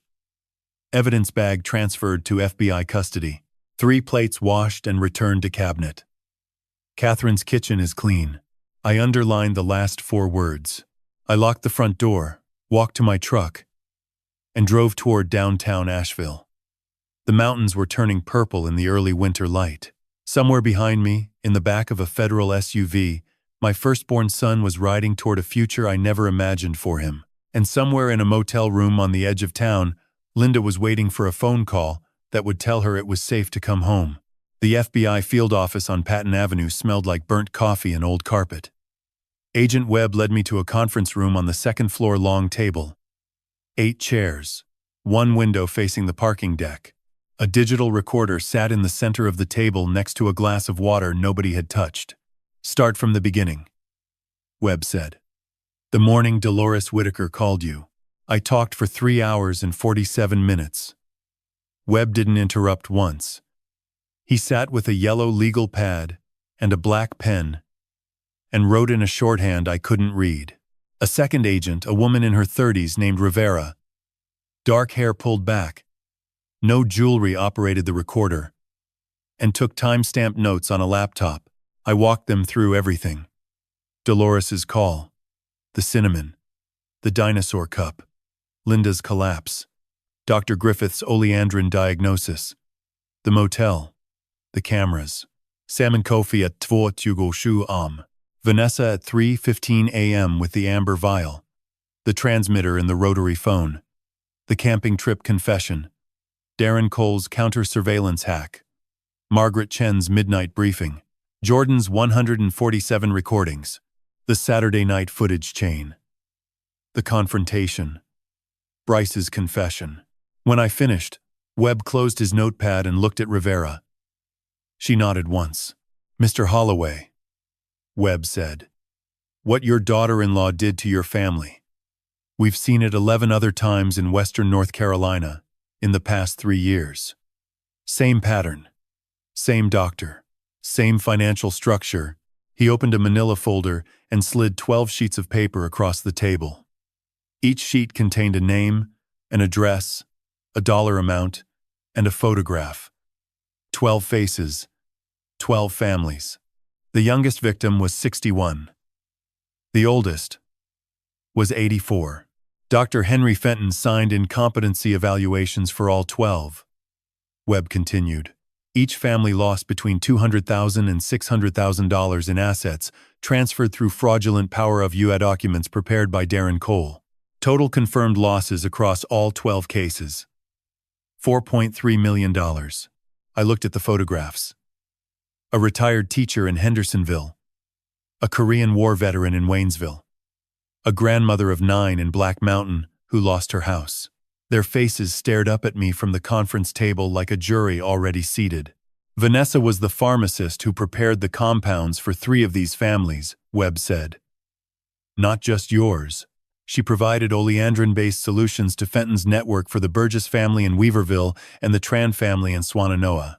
Both victims survived, but suffered permanent cardiac damage. 3 families. Vanessa hadn't just poisoned Linda and killed Catherine. She had run the same operation on strangers, people she'd never met, whose food she'd never cooked, whose kitchens she'd never entered.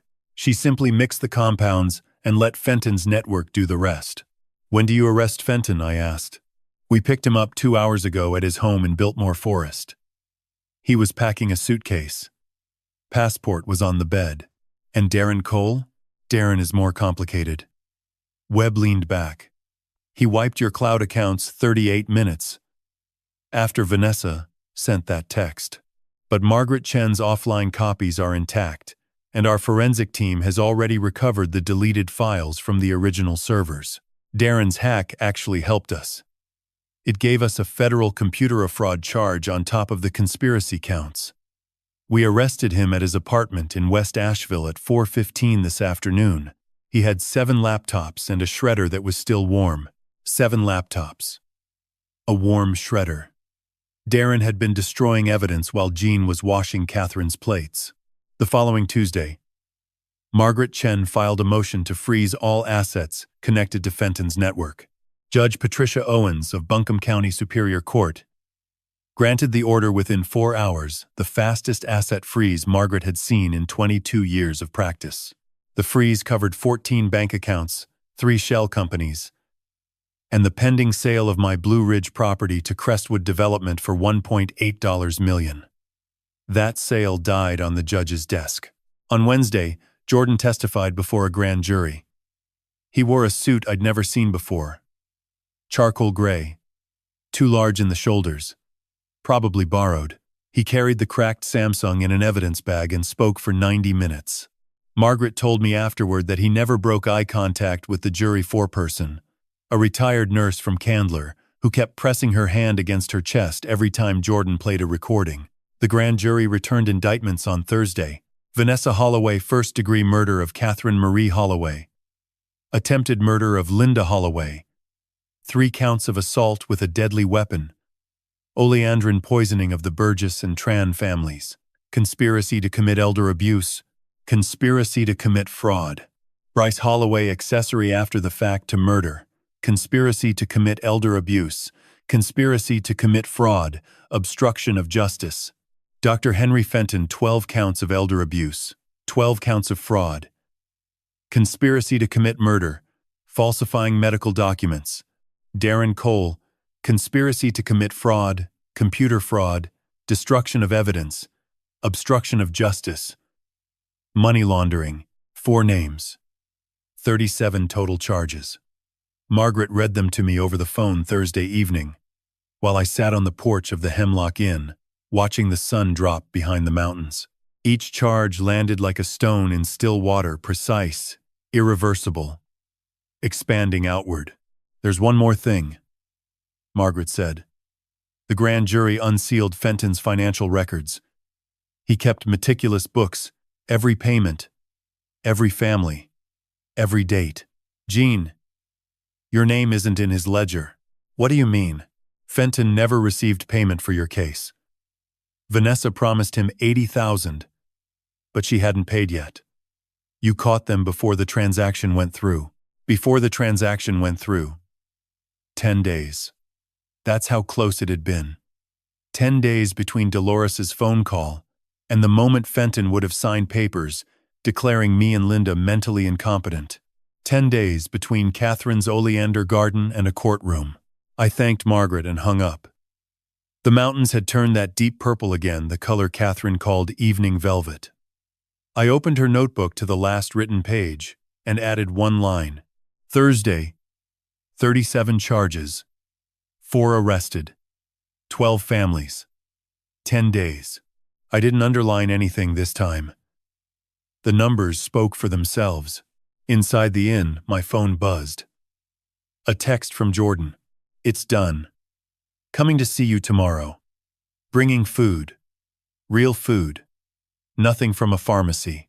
I read it twice. Set the phone on the railing and watched the last light disappear behind the ridgeline. For the first time in 10 days, I didn't reach for Catherine's notebook. There was nothing left to write. Not tonight. Linda came home on a Tuesday. I picked her up from the Ridgeview Motor Lodge at 10 in the morning. She had been there for 19 days. The room smelled like industrial cleaner and instant coffee, and she had lost 11 pounds. Her wrists looked like they belonged to someone older, thin, bruised where the IV lines had been at Mission Hospital, the skin papery and translucent. She didn't ask about Bryce. Not in the truck. Not on the drive home. Not when I opened the front door and she stepped into the kitchen for the first time since she'd collapsed in Catherine's garden. She stood in the center of the room and looked at the stove, the counter, the refrigerator, the spot where the 3 poisoned containers had sat. Her eyes moved across every surface, the way a woman surveys a room that tried to kill her carefully, precisely, remembering where the danger lived. "You cleaned," she said. "I washed Catherine's plates." She nodded. That was enough. She walked to the bedroom, closed the door, and slept for 14 hours. Dr. Griffith scheduled weekly blood work for Linda Oleandrin clearance monitoring. The first results came back Thursday. Levels had dropped to 0.003 milligrams per liter, down from 0.041 at admission. Still detectable. Still present. The poison was leaving her body the way a guest leaves a house slowly, reluctantly, leaving traces on every surface it touched. Jordan arrived Friday afternoon with 2 bags of groceries. He cooked dinner in the kitchen, the first meal prepared in that room since Sam's last visit. Roasted chicken, mashed potatoes, green beans. Nothing complicated. Nothing with cinnamon. He set the table with Catherine's blue-rimmed plates without being asked. I watched him from the doorway and thought about the last time I'd seen a young man cook in this kitchen, Sam, with Kofi on the step stool, humming about caterpillars. 2 different men. 2 different reasons. The same stove. Jordan. "Yeah, Dad. Thank you." He didn't turn around. He just nodded and kept stirring the potatoes. Some things don't need eye contact. They need presence. Linda ate half a plate. It was the most she'd eaten in 3 weeks. She didn't say it was good. She didn't say anything. She just ate, and that was its own kind of victory. The following Monday, Margaret Chen called with an update. Vanessa's attorney, Richard Keene, had filed a motion to suppress the camera footage, arguing that Jean had installed surveillance equipment without the knowledge or consent of individuals recorded in his home. The motion also challenged Jordan's recordings as illegally obtained wiretap evidence under North Carolina General Statute 15 Alai 287. "He's good," Margaret said. Keene handled 3 high-profile cases in Charlotte last year. He'll argue privacy violations aggressively. Will it work? The cameras were in your own home. North Carolina is a one-party consent state for recordings. And you're the homeowner. Jordan's recordings came from a shared cloud account he had authorized admin access to, not a wiretap. Keene's motion has technical merit but weak foundations.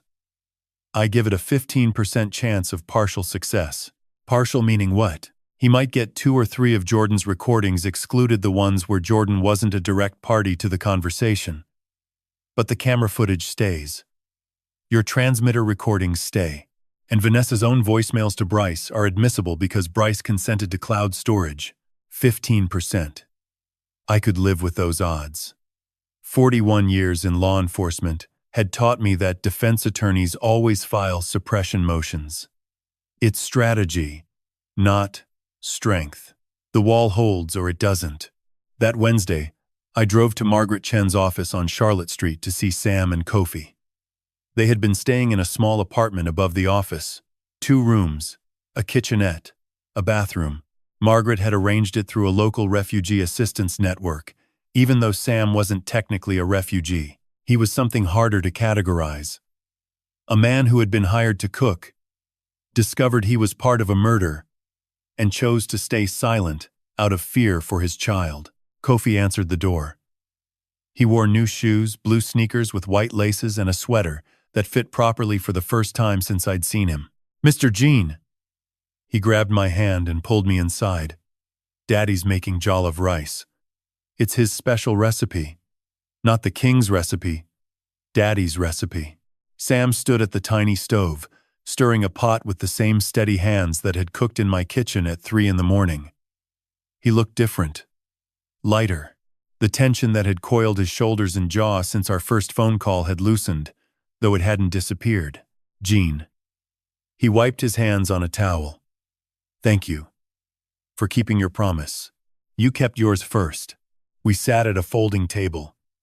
Kofi insisted on serving the rice himself, spooning it carefully onto 3 plates with the concentration of a surgeon. He placed mine in front of me and said, "No cinnamon." I checked. I laughed. It came out rough. The first real laugh in weeks. Rusty and unfamiliar. Sam told me that Margaret was helping him apply for a work visa extension and connecting him with a restaurant owner in Black Mountain who needed a head chef. The pay was modest but included housing a small cottage behind the restaurant with a yard for Kofi. He starts school in January, Sam said. Kindergarten. He's excited. What's the school? Black Mountain Primary. He wants to bring oatmeal dinosaurs for show on the tell. Kofi looked up from his rice. Daddy says I can't bring real dinosaurs because they're extinct. So I'll bring oatmeal ones. I reached across the table and squeezed Kofi's shoulder. His sweater was soft.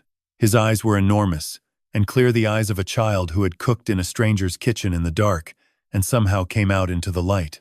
On the drive home, I stopped at the overlook on the Blue Ridge Parkway near milepost 382.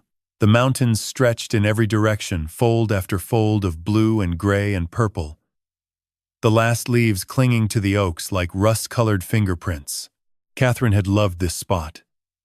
She said the mountains looked like the earth was breathing. I opened her notebook. The last entry Thursday, 37 charges, 4 arrested, 12 families, 10 days stared back at me. Below it, I wrote, Tuesday. Week 3, Linda home. Eating, Jordan cooks. Sam and Kofi safe, Charlotte Street. Kofi starts school January.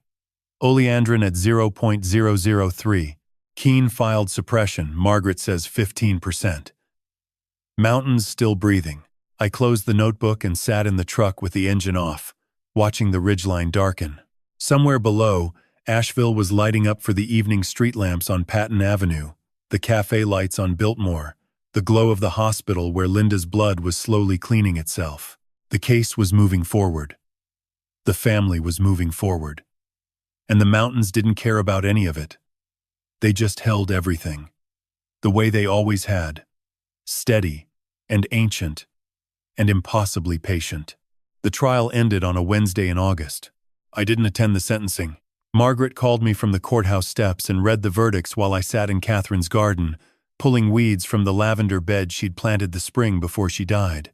Vanessa Holloway guilty on all counts. First-degree murder of Catherine Marie Holloway. Attempted murder of Linda Holloway. 3 counts of assault with a deadly weapon. Conspiracy to commit elder abuse. Conspiracy to commit fraud. Sentence: life without parole, plus 42 years. She would die in the same kind of institution she had tried to put me in. Bryce Holloway guilty. Accessory after the fact to murder. Conspiracy to commit elder abuse.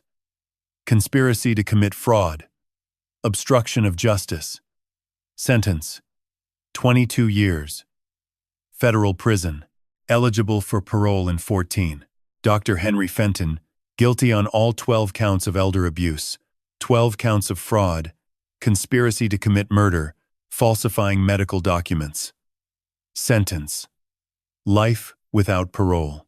His Johns Hopkins credential and 22 years of practice meant nothing against the faces of 12 families staring at him from the gallery. Darren Cole guilty. Conspiracy, computer fraud, destruction of evidence, obstruction, money laundering. Sentence: 18 years. His 7 laptops were entered into evidence. The warm shredder was photographed and displayed to the jury. It took them 4 hours to convict. Jean, Margaret said on the phone. It's done. Thank you, Margaret. Don't thank me.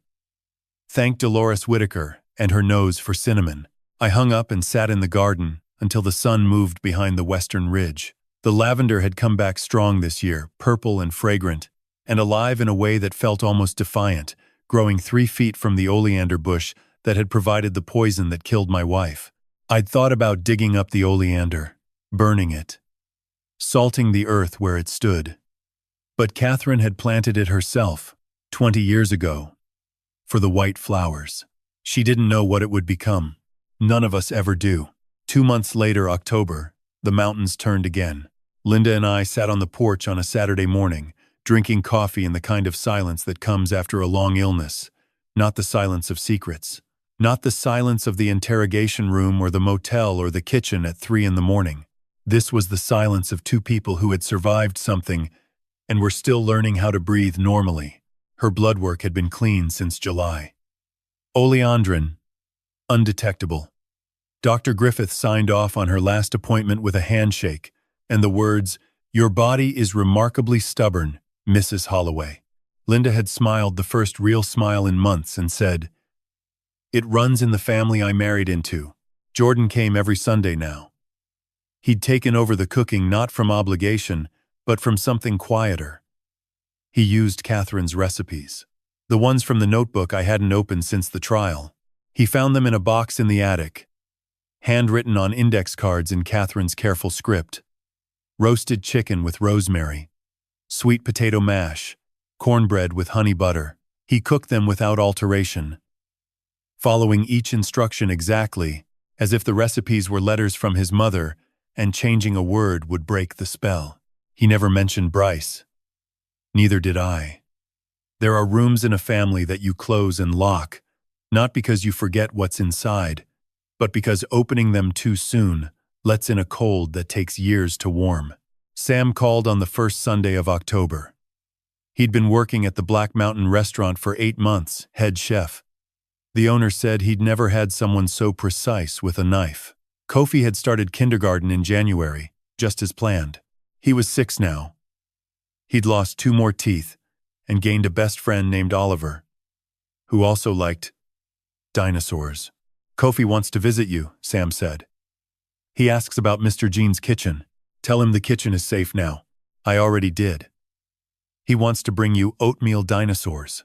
Tell him I'll set the table." The next Saturday, Sam and Kofi drove up from Black Mountain. Kofi burst through the front door wearing the same frog boots, somehow they still fit, and ran straight to the kitchen.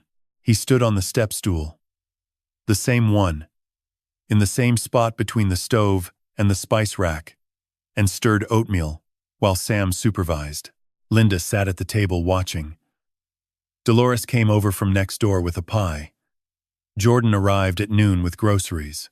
The kitchen filled with voices and warmth and the smell of cinnamon, the same scent that had started everything. Drifting up the hill to Dolores's house on a November night that felt like a lifetime ago, I stood in the doorway and watched. 6 people in a kitchen that had nearly destroyed 2 of them. A child stirring oatmeal on a stool. A man who had been hired to cook in the dark, now cooking in daylight. A neighbor who had trusted her nose. A son who had trusted his conscience. A wife whose blood had finally forgotten the name of the poison that tried to kill her. And somewhere, in a federal prison in eastern North Carolina, another son was sitting in a room the size of this kitchen, thinking about a plate of lamb he barely touched at Easter. I didn't write in the notebook that day. Instead, I did something I hadn't done since Catherine died. I cooked. Nothing complicated. Scrambled eggs, toast, orange juice. I stood at the stove, the same burner that had held traces of oil on the morning Dolores called, and I cooked breakfast for the people in my kitchen. Kofi watched from the step stool and said, "Mr. Jean, you cook slow." "I'm 69 years old, Kofi. Everything is slow." "That's okay. Slow food tastes better. Daddy says so." Sam nodded from across the room. Linda smiled into her coffee. Jordan set the table with Catherine's blue-rimmed plates. 4 settings this time, plus a small plastic plate with dinosaurs on it for Kofi. After breakfast, I walked to the garden. The oleander was still there. White flowers closed for autumn, waiting for spring. The lavender was fading, but fragrant. The rosemary Catherine planted along the fence had grown tall enough to brush my hand as I passed. I opened the notebook one final time. Every page was full entries stretching from the morning Dolores called to the day Margaret read the verdicts. 11 months of evidence, suspicion, fear, betrayal, and slow repair, written in a handwriting that had started steady and grown shaky and then steady again. On the last blank page I wrote, October, Saturday morning, kitchen full. Linda clean. Jordan cooks Sundays. Sam head chef, Black Mountain, Kofi kindergarten, frog boots, oatmeal dinosaurs. Dolores brought pie. Oleander still growing. Lavender came back. Catherine would have said an extra plate. I closed the notebook, tied it shut with the lavender ribbon Catherine had used as a bookmark, and placed it in the cabinet above the stove, next to her blue-rimmed plates. Then I walked back to the kitchen, sat down at the head of the table, and ate breakfast with my family. The mountains outside the window held everything: the fog, the light, the memory of cinnamon at 3 in the morning, the sound of a child humming about caterpillars. They held it all, steady and ancient, the way they always had. And for the first time in a year, so did I. If this story touched something in you, if you've ever watched someone you love be hurt by someone they trusted, you're not alone. Elder abuse affects millions of families every year. One phone call, one camera, one stubborn refusal to look away can change everything. Sometimes the people who save us aren't heroes. They're neighbors who smell cinnamon at 3 in the morning. Pay attention. Trust what you notice. And never be afraid to check the cameras.